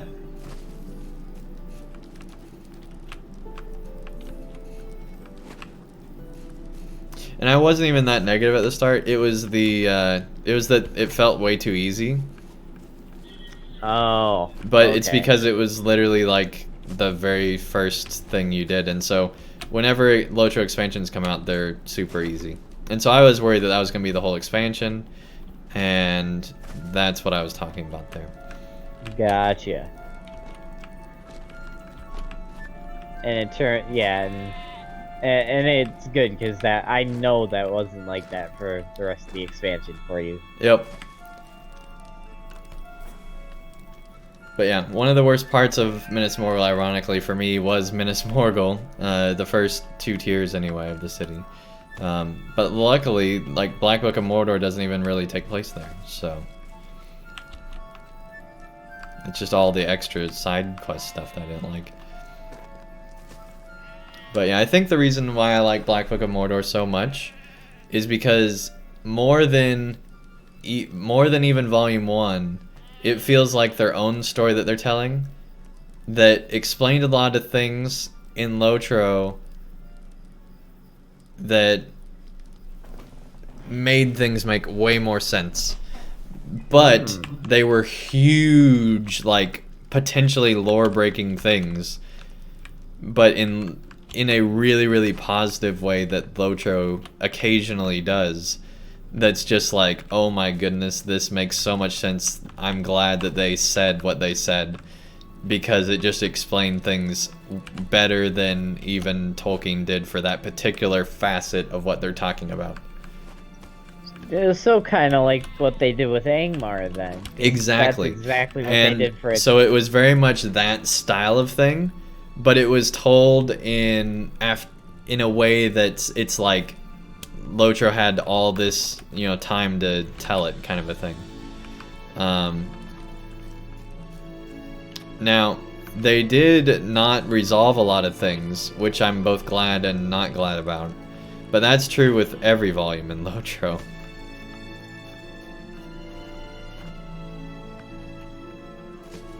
Like, even Volume 1 has a lot of stuff that we never got answered.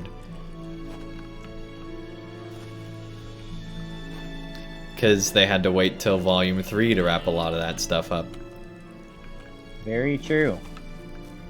And so hopefully there'll be not a... Whoa, that was lag. Not a Black Book of Mordor 2 or anything, but, you know, some type of resolution that comes at some point. Which we might even have in the lead up to the raid, I don't know. Yeah, I do appreciate the consistency they keep in LOTRO too. That having a game going for this long, they still haven't broken their own story that they've kept going throughout the whole. Yeah. My endurance beard! Hear me out, traveler! In fact, like, you could probably, like, I doubt anyone would be able to do this, but if you somehow were able to survive playing from the first starter zone all the way to, like, the end of the newest expansion non-stop without pauses, and reading all the quest text, I doubt you would have any, like, messing up of the flow of doing that. I'm sure, because it's so, everything's so well written and everything by native lines and whatnot, I'm sure it just flow like a cohesive story from end to end. I don't know about that so much. Just because... I mean, there might be some little things off, but I feel as a general... Here's the reason. The problem with it being a completely coherent story is they jump around. Well, that's true, yeah. And so it's not like, alright, we're just doing the Karsgar story. Or something like that, you know. They jump around and tell all these other stories because they have so many things going on. Which I think is the right way to do it. Yeah, and that's an MMO for you anyway, because MMOs like to do that. That's true. It is much more an RPG MMO style story doing it that way.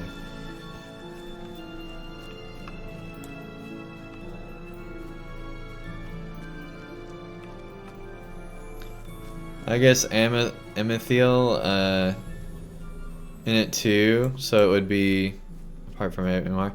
So yeah, for me, I had more surprises that were good surprises in the Black Book of Mordor and much more mystery than I did in Volume 1. And it was much more satisfying when all that got answered and it all, to me anyway, made sense.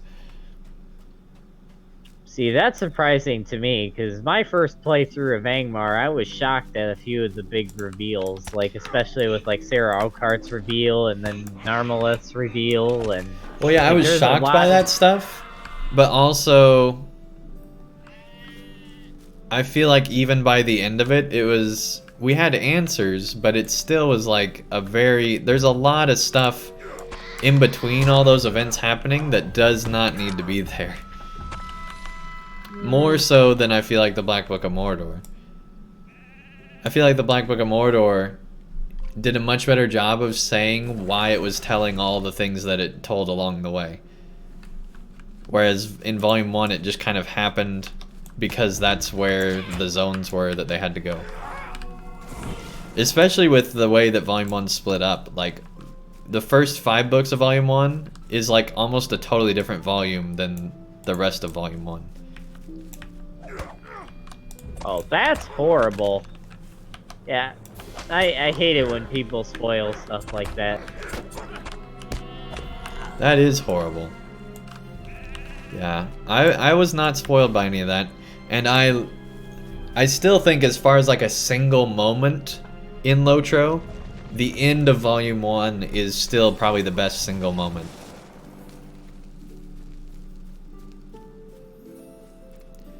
But the Black Book of Mordor had a lot more, whoa, wow, I can't believe that there's still surprise. And I think that's part of it too, is that like LOTRO tried to do surprises and things like that later on, but they never really pulled them off the same way they did Volume 1. The Black Book of Mordor was the first time that they were actually able to like really shock me again. And they did it in a way that totally made sense.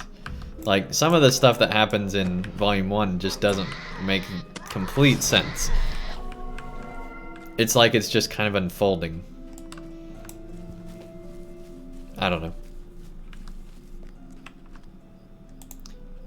Someone spoiled the end of the Black Book of Mordor the day before you finished it? Dang. Yeah, that sucks. Yeah, I don't... Yeah, I don't like people that do stuff like that. Because they're just taking the fun away from you if you don't want to get spoiled. Well, they might not be... I don't know what the context is, but sometimes it's not intentional, right?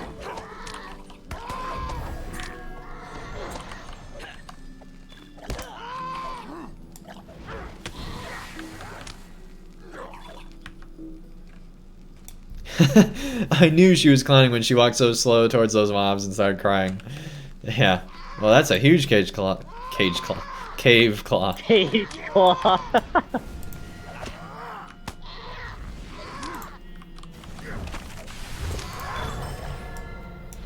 Hey, there we go. There's some birch roots. My Durin's beard! Sure, we'll fight some stone trolls and get another level. Hey, congrats. You leveled before me. See? You were all worried about being behind. I don't know how I leveled before you, but... Are you VIP? Yeah, but I already used my XP buff like a while ago. Like, well, I don't a while ago.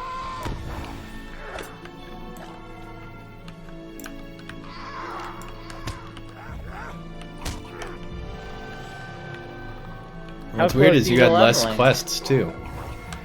Yeah, I do. That is a fair point. Maybe when you ported around, you were killing other stuff too. I don't know. That's weird. Well, you should be getting all my XP that I'm getting. Not if we're not together on the map. Is what I'm saying.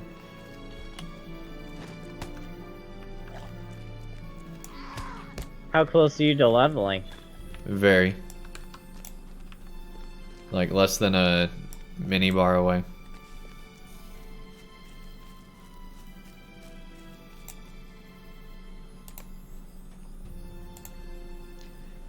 Let's see. How far are we? Yeah, we're way over. Way away from there. You had World Chat in a separate tab, but just happened to look over and see it at the wrong moment. Okay. Yeah, I never have World Chat on.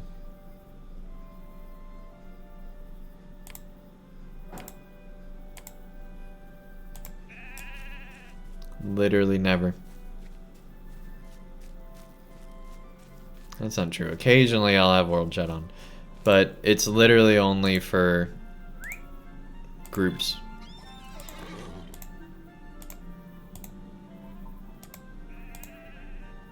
There we go. That's really the only thing you need World Chat on for, honestly, is groups. So if I'm going to get in a group, I'll turn it on, but then I'll turn it right back off. The main reason being that it clogs my my chat. Well, that's weird. Usually when I level, a new ability will just appear on my skill bar, but for some reason they're not doing that anymore. What in the world? Yeah, because I just noticed I have tons of new skills in my skills, like, window, but they're not appearing on my bar.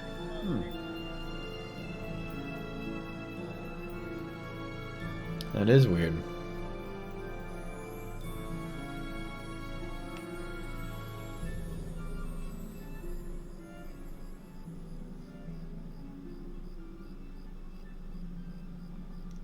Burglar's antidote removes 2 diseases. Da, da, da. Yeah, we got that on there. Okay. Immune to induction setback from damage? What does that mean? That means you're immune to induction setback damage. That does not help me, Andang.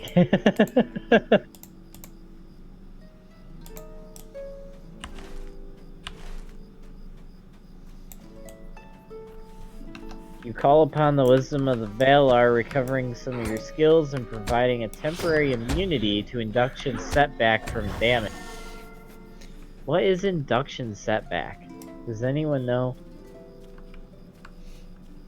So it's induction setback of the enemy? I think so. So I think what that means is when they interrupt you, but I don't know. So in other words, you'd get less... can you read it again, what exactly it says? Yes, it says, you call upon the wisdom of the Valar, recovering some of your skills and providing a temporary immunity to induction setback from damage. Okay, yeah, that means that whenever you're inducting, it won't set it back. Okay. Yeah, the way you were saying it made me not be able to realize it. Maybe a better question would be, and I'm surprised that I have never actually asked this before, but what is induction? So you know that bar that shows up whenever you're trying to do a skill? Oh, that bar, yeah, so that's... So that's you inducting. Oh, okay, so then that skill would just allow... That would keep that bar from resetting when you take a hit or whatever, I guess? Or not as much, one of the two. But anyway, Oh. Okay. This is a big buck right here.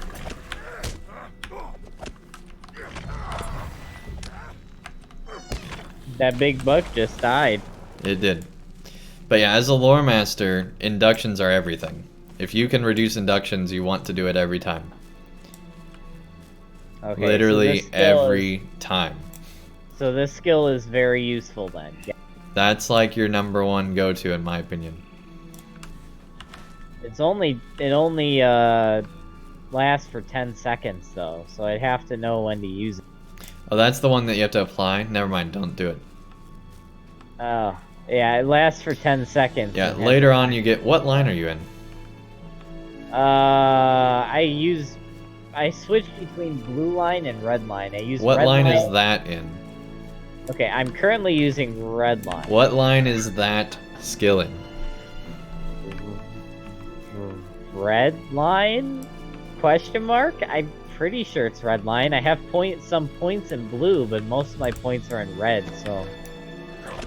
Or is that just a skill that you got? Actually, it might be just a skill that I got. Is there a way to check if it's... Well, anyway, you don't need that skill. Don't worry about it. Okay, good to know.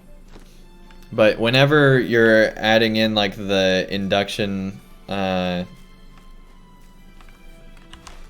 like, whenever there's options to reduce inductions in the, just, like, passive, that's the stuff you want.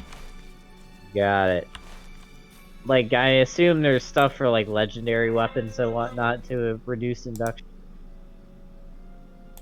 Yeah, on your allies you want to have induction reduced stuff.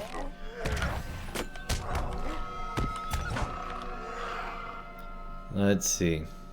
Development of characters and story are important for you, not the ending itself. So I do agree with that. I think that you still need a good ending, though, for the particular part to be good, right? Like, if the Black Book of Mordor didn't have an ending, I would definitely not be thinking it's better than Volume 1.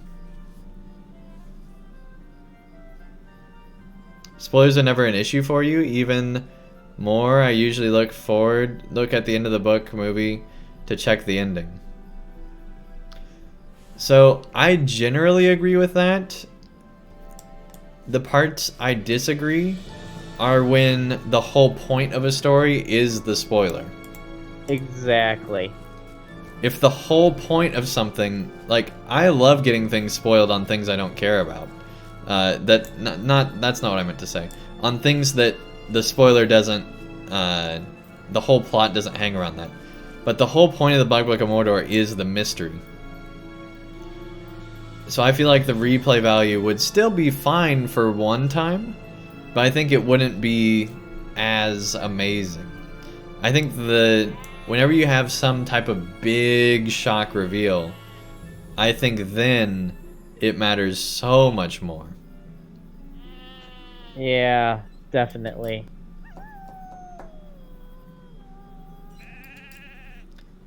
Like, if I had the whole end of the Black Book of Mordor spoiled and explained to me, then I would probably not think that the end of the Black Book was good. Hey! Level up! There it is! There it is! There we go.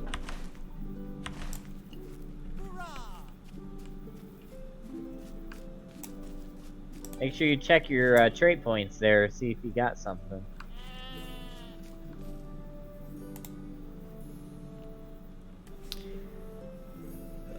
Aim, careful. Aim results in critical hit and reduced. Using this skill will not break stealth. Guarantees a critical response. That's pretty good. Dance of Blades, +2 critical response skill damage. Critical chance from stealth. Stealth level. Let's definitely do that. There we go, we got aim now.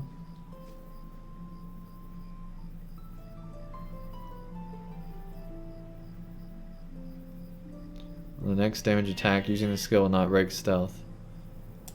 Well, that's cool. There you go. So anyway, we need to look for stones up this way. Did you get the Stone Troll quest? Is that what you're talking about? Search stolen stones. It's the main quest that we've been doing through here.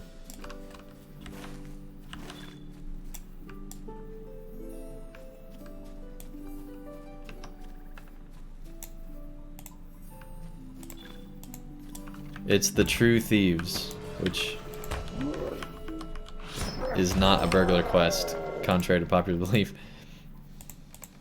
Alright, defeat stone trolls. Alright. Wait, did I decline that? No, I didn't. Why is it showing that way? That's weird.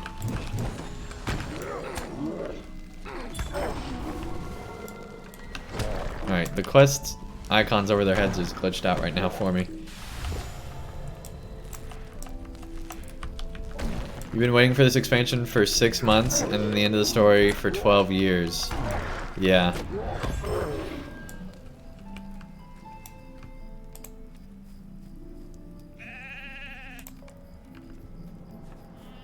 Now I got the stone troll quest.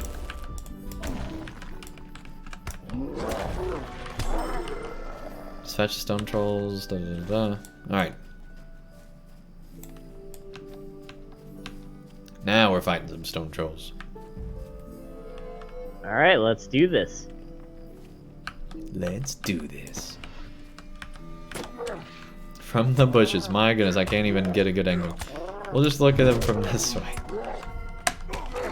I guess we probably should have been aiming, huh? Oh well. We really should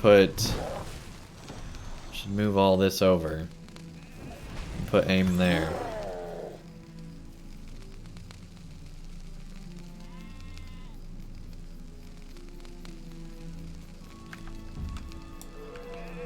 Ooh, out of the my bush. reputation just leveled. Nice. I am now known to the elves of Rivendell.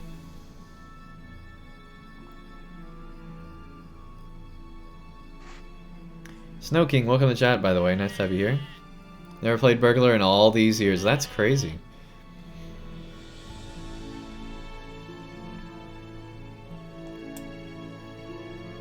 But yeah, don't get me wrong. In general, I really like the development of story and much prefer that over endings and things like that. It's just when everything hinges on reveals, it's kind of a... When both kind of come important. together, that's the best situation. When you have a Yep. good story and an epic That's what I'm trying reveal to at say. the same time. Yeah. So which one of these does... So that's just a 5-second stun, so I don't need that to be the one. Which one do we want to go to right away?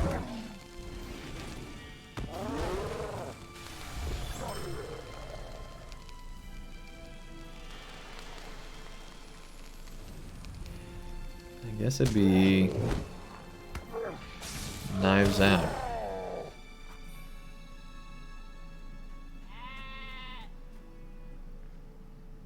So yeah, let's do that. Subtle stab, a quick sharp stab against your foe. And let's do that.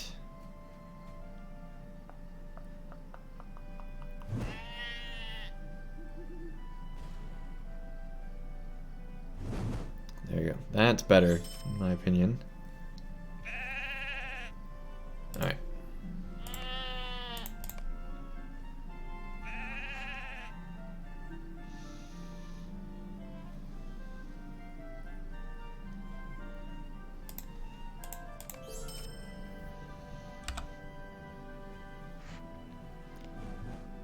So there's more armor. I feel like the stats aren't good enough. Alright. We're getting close.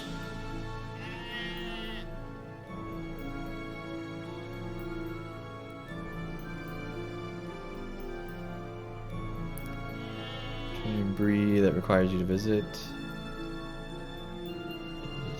Alright, those are all quest items. Okay.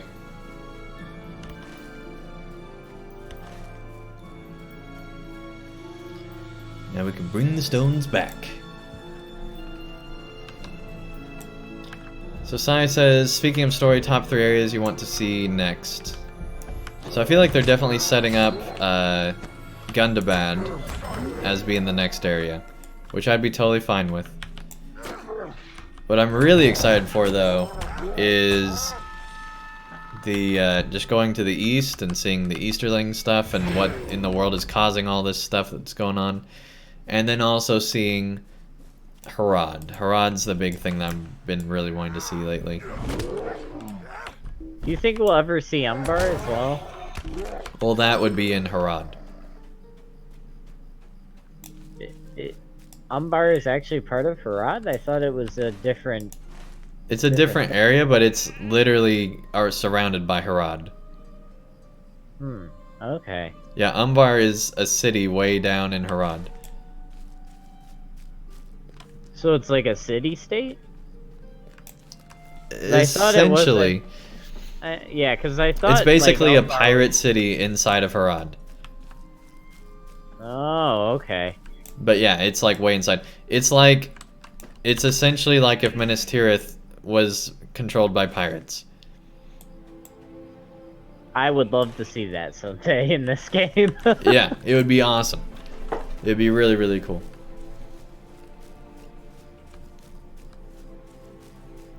See, Nern, I'm one, as far as areas I'd be excited to see next, I really hope they just save Mordor for a long time. I don't want to see any more Mordor for a while. We've had 2 expansions. Save it for later. I still want to see Scourging of the Shire. I'm waiting Scouring. on that. Scouring. Thank you. Scouring of the Shire. Blah, blah, blah. Want to see some tropical scene? See, tropical would be good too. The reason I'm so excited about Harad is it's desert, right? We haven't ever seen desert in LOTRO. Especially, it'd be cool if they had a whole sand mechanic where like the sand dunes moved. Like, that would be really cool. I wonder if we ever did Easterling stuff, I wonder if that would be more of a tropical feel. Because aren't the Easterlings supposed to be kind of like based off of like... Well, if we go south in Harad, there'd be plenty of tropical potential along the coast. Oh, what would the landscape of the Easterlings be, though? I wonder. Easterlings would just be more like Middle-earth stuff. Well, isn't Easterlings kind of like... Like, based Easterling off would of be Asia, very... though? Easterling stuff would be very similar to Bree and Dale, is how people usually portray it when they're taking what Tolkien said and making it be a thing. It'd be a lot like Dale. Isn't it supposed to have more of an Asian influence, or... Because, I mean, Their that's armor kind of and what stuff does, but as far as the, like, landscape, not really. Okay. It is an insult.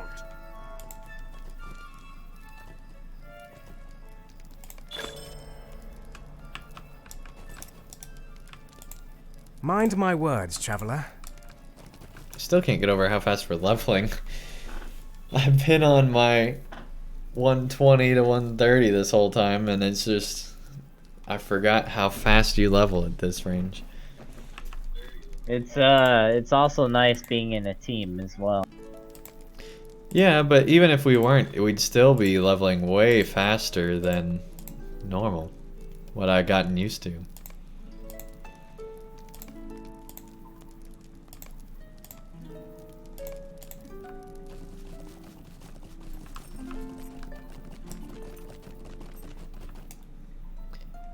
So let's see, he now wants us to scout over there. Very specific. Yeah, over there. Over where? Over there. Over there. You know, I saw a funny meme the other day that the questions where, what, and who can all, or not who. Where, what, and I forgot, there's one more. Can all be answered by changing a W to a T. Have you ever realized that? I don't know what you're talking about. Okay, so the like, for example, if someone asks you where, change the W to a T, what does that spell? There. Exactly, see? So by changing the W to a T, you've answered the question. Okay. Same goes for what. You ask the question what, the answer, you change the W to a T is that. So you've now answered the question with changing the W to a T. I mean, I don't think you really answered the question. You just said a word Well, no, knowing you its answered meaning. That You you answered answered knowing what you did, but you didn't answer it to the where they could actually understand it, so they're gonna just ask you another question. Like, answering a question, the goal should be to actually answer. What do you need? Stay a moment. Mind my words, traveler. If, for example, if I asked, where are you, and you said there, that really, I'm gonna ask you another question.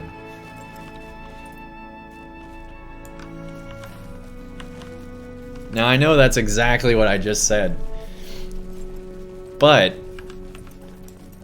It still would be, I don't think that's an actual rule. I was just joking around earlier. Whitestone has markings that point northward along the path. Alright, well, apparently they don't want us to actually go northward, so we're gonna keep going this way.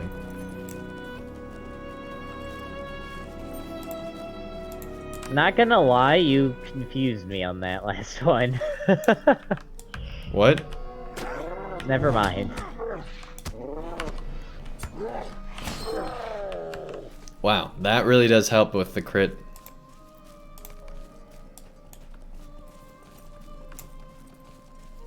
That's cool.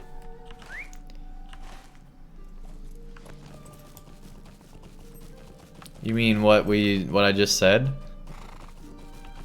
It's like where there? Is that what you're confused on?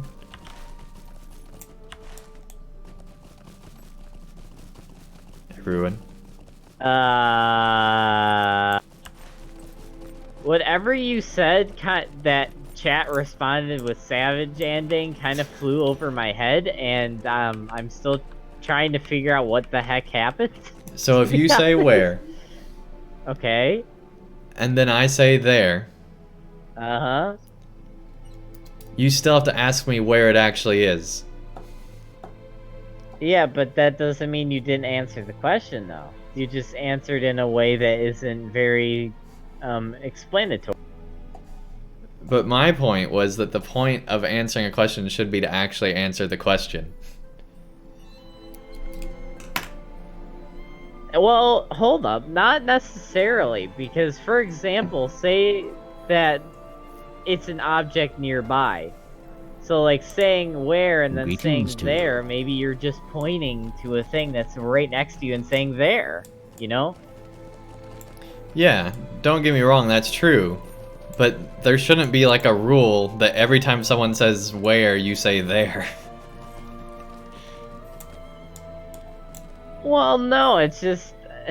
I think you missed the point of the meme. It's a meme, so it's meant to be sort of goofy, but it's like saying, well, if you change a W to a T, it kind of answered the question. No, I get it. But, like... That's how it's always worked. Like... I figured that out a long time ago, but that doesn't mean that's what I'm gonna be doing.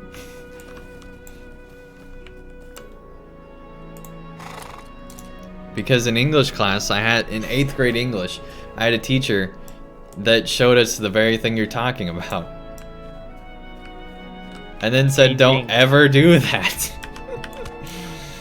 Well, to be fair, who cares about English nowadays anyway? I mean, you have all the slang. Oh my gosh. I mean, that's why they've invented texting, is to get rid of English entirely.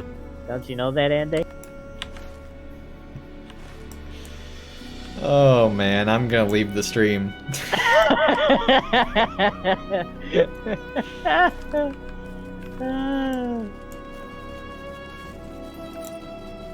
Yeah, exactly. It's basic construction. Like, there's the language is set up in a logical way where there's a set of questioning words and there's also a set of answering words. Yep. But they can also be used for other purposes. Right, yeah. Like, no word is limited to just being a question or an answer. Like, you can ask anything in the form of a question or state anything in the form of an answer. The English major in you just died a little.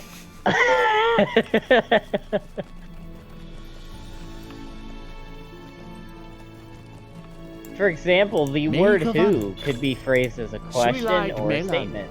Will you stay a moment?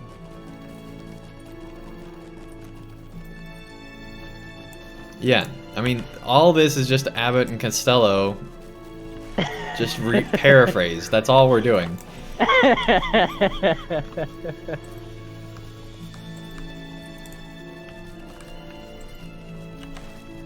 long as we aren't going to start talking about who's on first and what's on second. Yeah, that's Abbott and Costello. Thank you I for know, explaining the joke more than we need to. That's why I said... That's what I said. And I said it too. I just said a different part of the same thing. But you made it sound like you're saying something anyway. We'll just move on. It's like continuing a story. You started it and I finished it. No, it's just repeating a story. No. And making it sound like that you're finishing a story. It's misleading. Depends on who you ask. Apparently.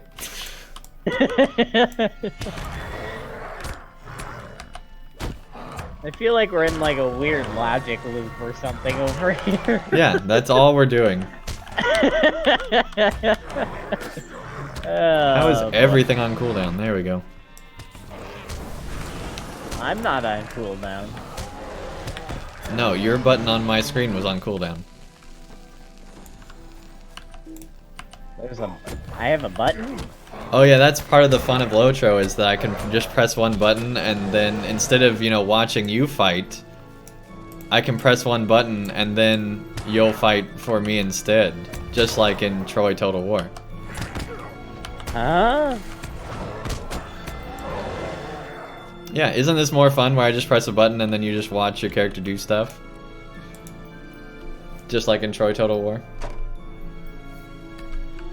What? It's just so much fun. That's not. I think you're getting your games mixed up. No, there, it's just Andy. so much fun, everyone. This isn't an RTS. This is a MMO.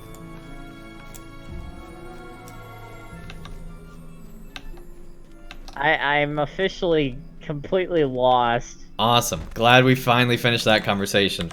My brain Now- has left my head. My noggin has fallen into the bottom of something, of which I do not know the terminology. That's true, Lord of the Rings does have RTSs. See, the chat's on my side. Well, yeah, there is that Battle for Middle Earth game was an RTS, right? And then Yeah. there was which I hear that was a great game. It And then there was that, one of the best RTSs of all time.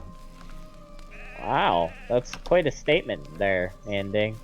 It was a really good RTS, and it was like the weakest part of that game was actually the Lord of the Rings element, in my opinion.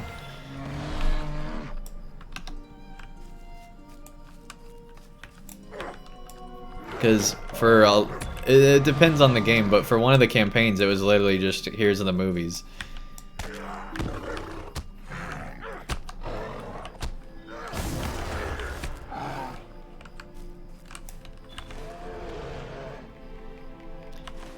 Alright. Well, let's see here. I think we proved that we're not gonna die tonight, and I think we can head back to camp and call it good. Calling it in here. I mean, if you want to die, go right ahead. I'll just res you and you won't die anyways. Yep, but you know, you won't always be there, everyone. No.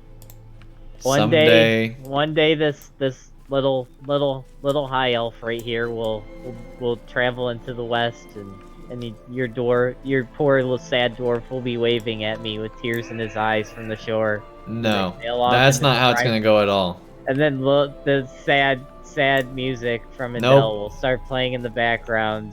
That's not it at all. And then you'll turn on a radio to some nice soothing country music, and your dwarf will live the remainder of his days in the misty mountains on top of a hill, just looking off into the west with a cup of tea, singing "Kumbaya, I miss you, buddy." See, that would make me quit LOTRO if that happened. I don't like country music. It would just be awful. There we go. We got some blankets for the dwarves.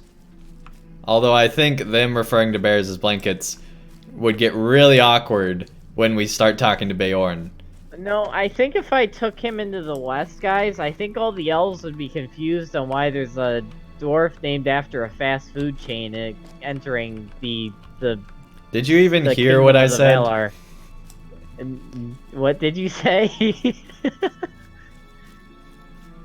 I said, I'm pretty sure the dwarves would get really have some really awkward conversations when they explain why they think bears are blankets to Bjorn.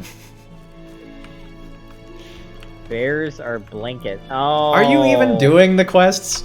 Alright, you're too focused on me listening to country music that you can't even pay attention to what's actually going on here.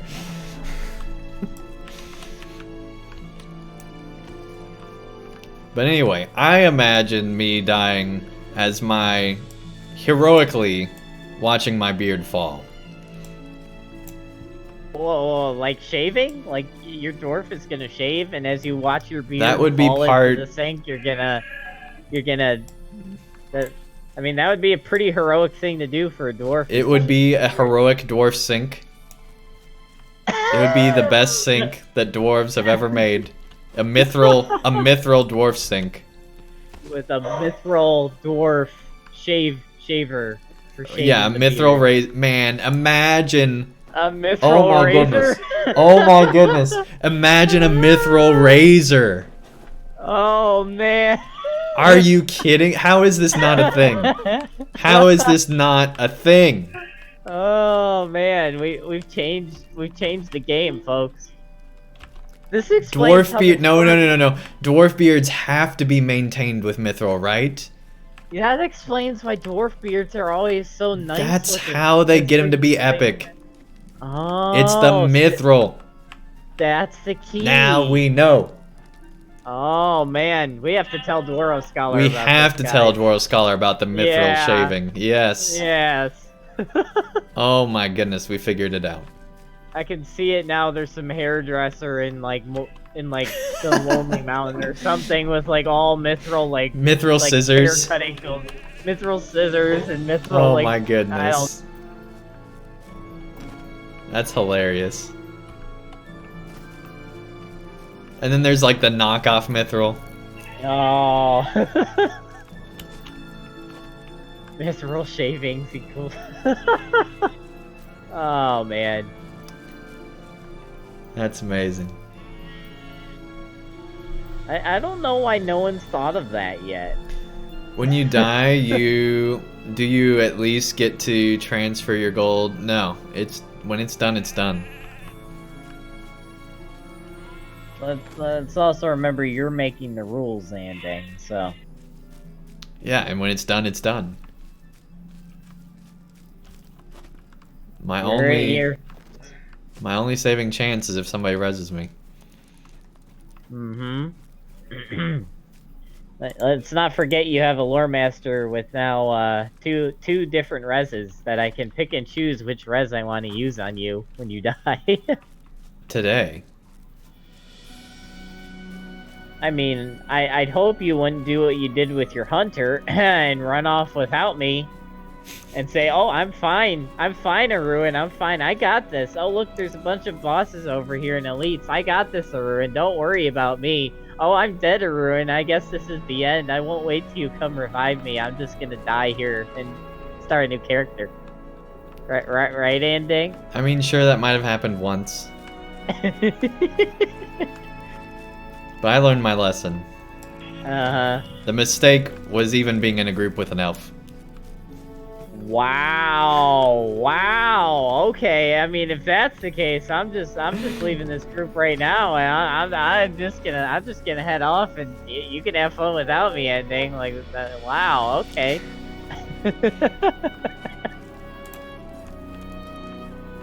Oh, really? I see how it is.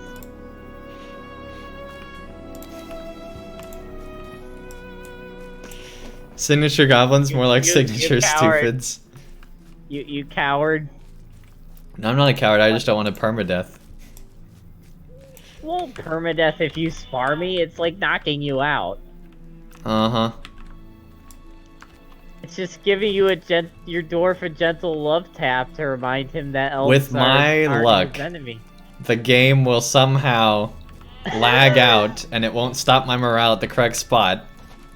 And I'll end up being the only player to ever die from a spar on a permadeath character. And it'll be all your fault. But I can't res you because we're not in a group anymore. Yeah, we wouldn't be in a group, so you couldn't res me. So see? I'm no fool. Alright, maybe I am, but I mean, I did invite you back to my group and you denied my invite, so I well, mean... we're done tonight, so I think we're good. But hey, if you want to be in a group so bad. I just tried adopting you, but it said our generations are incompatible, which is sad, because you should be able to adopt a dwarf. I don't need an elf to adopt me. I do not need an elf to adopt me. You don't want to be my son, Andang? Dangfry doesn't want to be the son of Anilaru, my high elf lore master? No. I could teach your dwarf so many things about life. Teach me nothing. I could show you the world. That was bad. I don't need the world. I just take my mithril razor and go underground. And shave in peace. And shave in peace. Maybe in pieces if your mithril razor's a little too sharp. Yeah, but at least it would be cut by a worthy blade. Oh wow, okay, I see how it is. At least mithril blades don't glow blue when orcs approach. Maybe right? mine does. Mm-hmm. Maybe mine does, because maybe an elf helped me out one time. One time. One time, Andang. On this character. One time on this character, Andang. Hey. Mm-hmm. Hey, Kevin, we're getting right to end. I told you, every time we end the stream, Kevin hops in, he's like, hey, I'm here, and we're like, oh no, Kevin, we're leaving, bye. Every time. I know, Kevin, I know. Every time. Poor Kevin. But hey, Kevin, we got a lot of different stream times coming up on Friday, Saturday, and Sunday. Yeah, Saturday we're doing a Frostbluff stream. Hopefully within a time period you can watch, because I know you usually watch me when they do Overwatch streams in the morning, Kevin. So we do Frostbluff around, morning, afternoon, our time. That should be in your time zone. So assuming you can do that, Andang. Did you say morning, afternoon? Ish. Definitely afternoon. I'm not up in the morning. Okay. You're not up in the morning. I'm not. You're not a morning. I literally I literally am not up in the morning Eastern time. You're not one of those guys that wakes up. No, you're not understanding. I'm literally asleep still till noon Eastern. Well, yeah, I know that because you explained how your schedule works with me, and it's a lot like the way mine works now. So I totally understand. But no, I'm fine with being I actually am a morning person. Like, it's all based on your work schedule, though. Like, if you had like different work hours, I'm sure you could. But like, I'm not a person that's like, I hate them. I actually like the morning. It's like, for me, I'm actually probably not an afternoon person. Whenever I hit like that post-lunch, now I want to go to sleep time, or that pre-lunch, man, I'm so hungry time, there's like a brief in between of, okay, I'm fine, but it's like, for the most part, it's like, okay, I'm so hungry, I have a headache and it's awful. Goes straight to, okay, now that I've ate, I am now really, really tired. And it's like only that midday time that does that to me. That's weird. And honestly, it was much more school probably than anything else. Because school was in the afternoon school. Like, I was fine in the morning. It's the lead up to lunch and the afternoon that just really messed with me. Kevin has a fair question here. What character are you doing Frostbluff with? I was gonna suggest your one you did all the bingo boffin stuff, but if you I already decided. Oh, you did? What are you gonna use? My Hobbit. Your bingo boffin one. Yep. Yeah, that fits. That's what I was gonna suggest anyway, so that works. Yep, I had it figured out. We're good. And for Kevin's sake, do you know a general time on your time zone, or in Eastern, if you want to transfer it to Eastern time, what time you would try to be on? Because I'll be available all day my time on Saturday. So. Well, Friday is going to be an evening stream probably. Yeah, with Total War. So.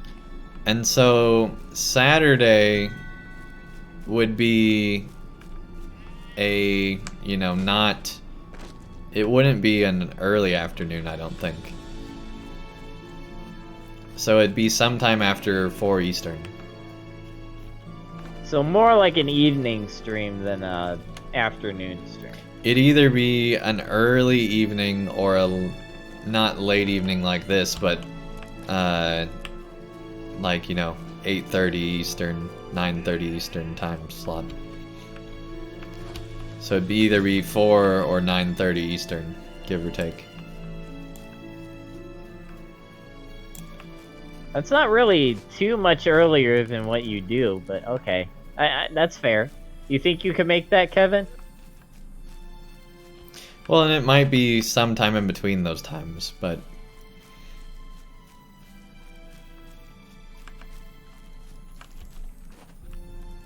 I mean, to be fair also, Kevin, like, I might start a little earlier than Andang, too.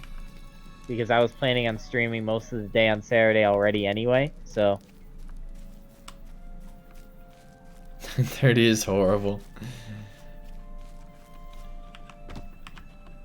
I mean, I think Kevin's usual time when he can watch, correct me if I'm wrong, Kevin, but is like 3:30 a.m. till like 3:30 a.m. Eastern time till maybe like 12 p.m. Eastern time, question mark? Correct me if I'm wrong, Kevin. It's like 3 a.m. Yeah, not saying it's a great time, just saying that's when we're going to be doing it.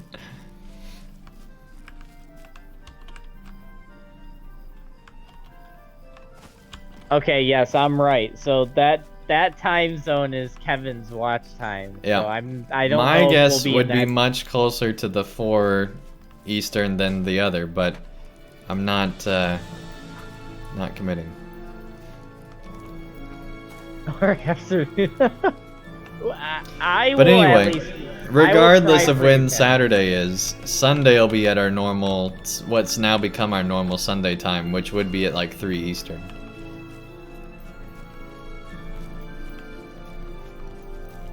So regardless of when Saturday is, Sunday will definitely be one you can catch. Yes. And also, Andang, I have to say, because I say it every time I play LOTRO with you, I still recommend changing the name of your kinship to the sheep who say dang. And I'm still saying that that's never gonna happen.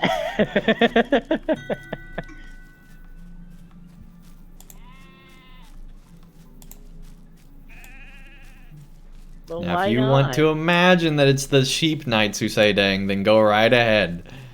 I mean, we already have, how many is it? I gotta write it down. Like, I gotta find out and write it down. It was how many already different... hard enough for me to enable the audio files. I was very reluctant for that, but I knew you guys would request it anyway, so I'm like, you know, we'll go ahead and do this. But no. The whole thing with the sheep and getting the sheep emote and all that stuff. Keep in mind, I don't like sheep. So it's not in my best interest to be changing this to the sheep who say dang. Because that's me enabling you guys, and I'm not gonna. I've already done that way too much already.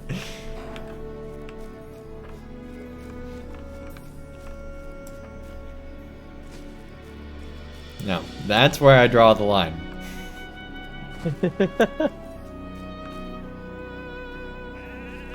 So, anyway, that does bring the stream to a close.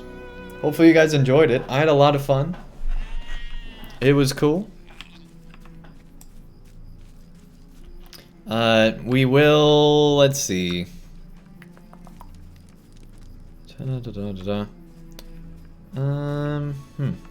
I think on Saturday or Sunday, we'll do the giveaway.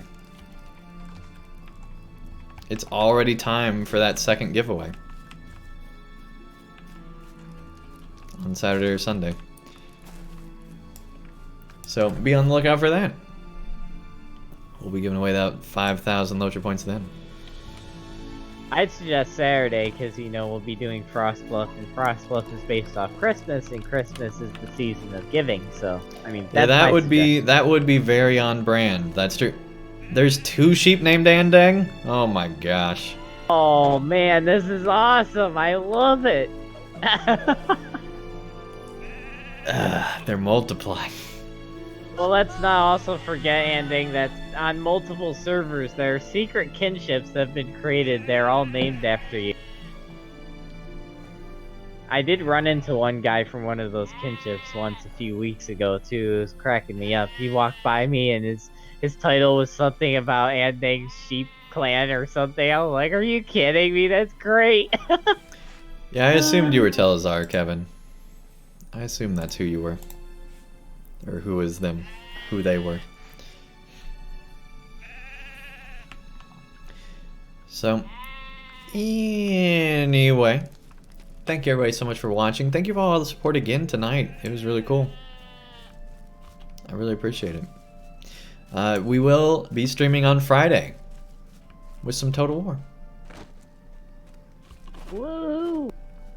And I have to say, I don't know what it is, but this didn't take place on YouTube, but for some reason, streaming, whenever I take a night off, it feels like forever, like it feels like a whole week that I've taken off whenever I just take off even one night. Yeah, you are not alone, Andang. I feel the same way. I don't know what it is about stream, because it doesn't feel the same way about YouTube videos or anything like that. You know what it is? Because YouTube, here's my theory. Because YouTube, when you post a video, the reaction for that video is gonna carry on through like multiple days and weeks. While if Twitch, it's all live. So when you're live, you get all the, you know, all the community interaction all at once in one setting, and when it's done, it's pretty much done and over with until the next stream. Well, yeah, YouTube but like, it's what's weird is with like, let's say you have like every Saturday you get together with friends or something. This feels longer than that, and it's only a 2-day period. I don't know what it is, but it feels like forever. You're not alone, because I have it when I don't stream. So I feel you, and it's definitely something with streaming. I think it's maybe just how long it is. Maybe. I mean, it's definitely the streaming itself, but I think if I streamed like for not very long, it wouldn't feel the same. I don't know. Maybe. What are these candles? It feels like 2 years since you last uploaded to YouTube. Well, that's because it might actually have been Thomas. I don't know. Whoa! Whoa! Whoa! Where'd you get that? Whoa! What'd you do?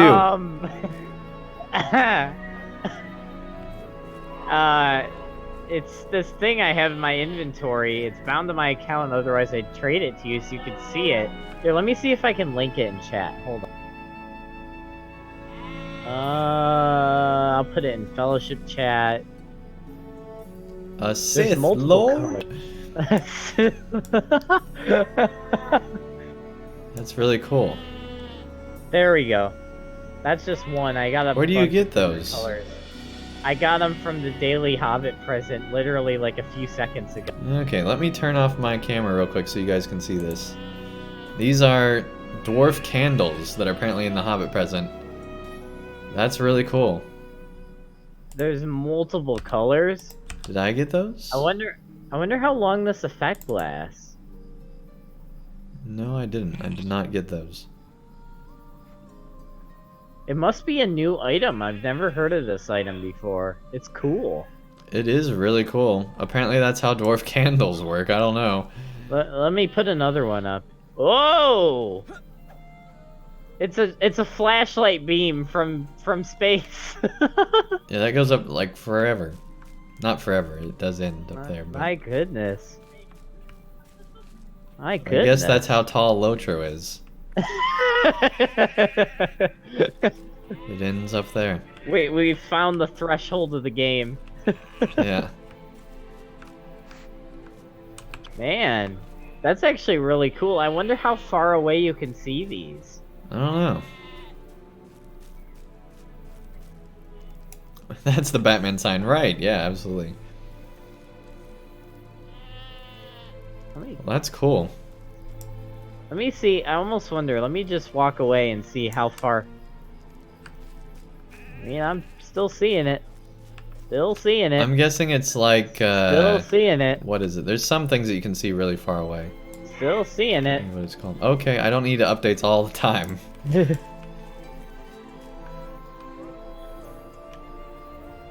That's actually really cool. It's literally like a giant, like, beacon. Yeah.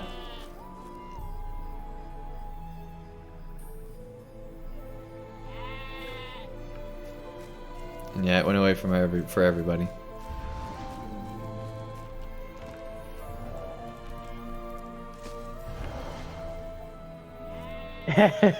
We know how tall it is. Yeah, absolutely. The devs can hide it no longer. So, anyway, that's cool. Hope you guys enjoyed tonight. Andang, hold on. Before we end, see if you can see this beam from where you are. Can you see that? Let me get to a spot where I can... Yeah, I can see it. Nice. You're not that far away.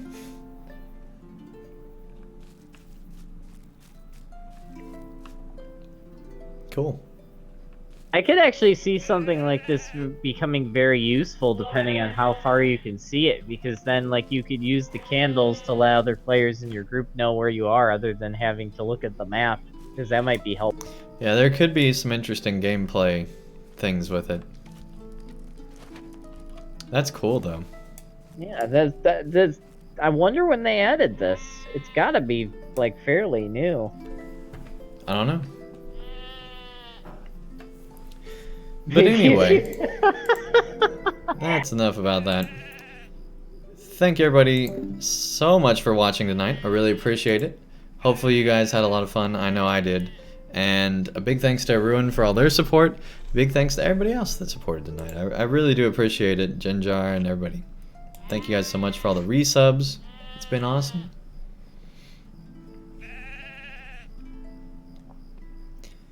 Maybe if you shine it in the right spot, the face of a dev will appear in the sky. That would be amazing. That'd be amazing. Oh my goodness. Hey, Aruin, thanks so much for the gift sub, dude.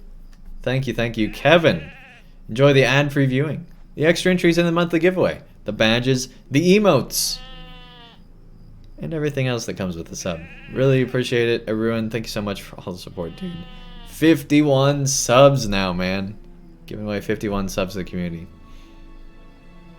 That's awesome, dude. Thank you, thank you.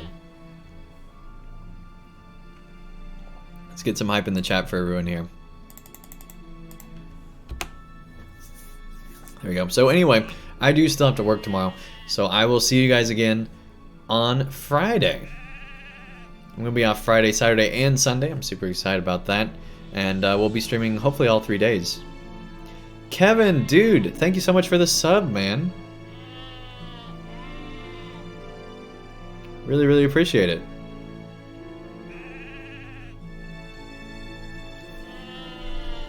Thank you, man.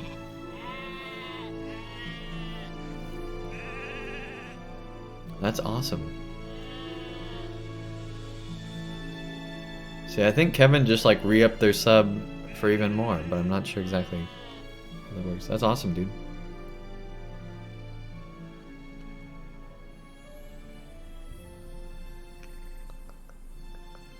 Anyway, thank you guys so much for watching. I really, really appreciate it. And we're going to start a raid. Let's see here. We're going to raid Ilanos, I think. Let's see. Let's check out Madcap real quick. Where's the sheep emote? It is currently waiting to be approved by Twitch. So it has been submitted. It usually takes about a week. And then it'll be approved. And it'll go out, you know, be all good to go.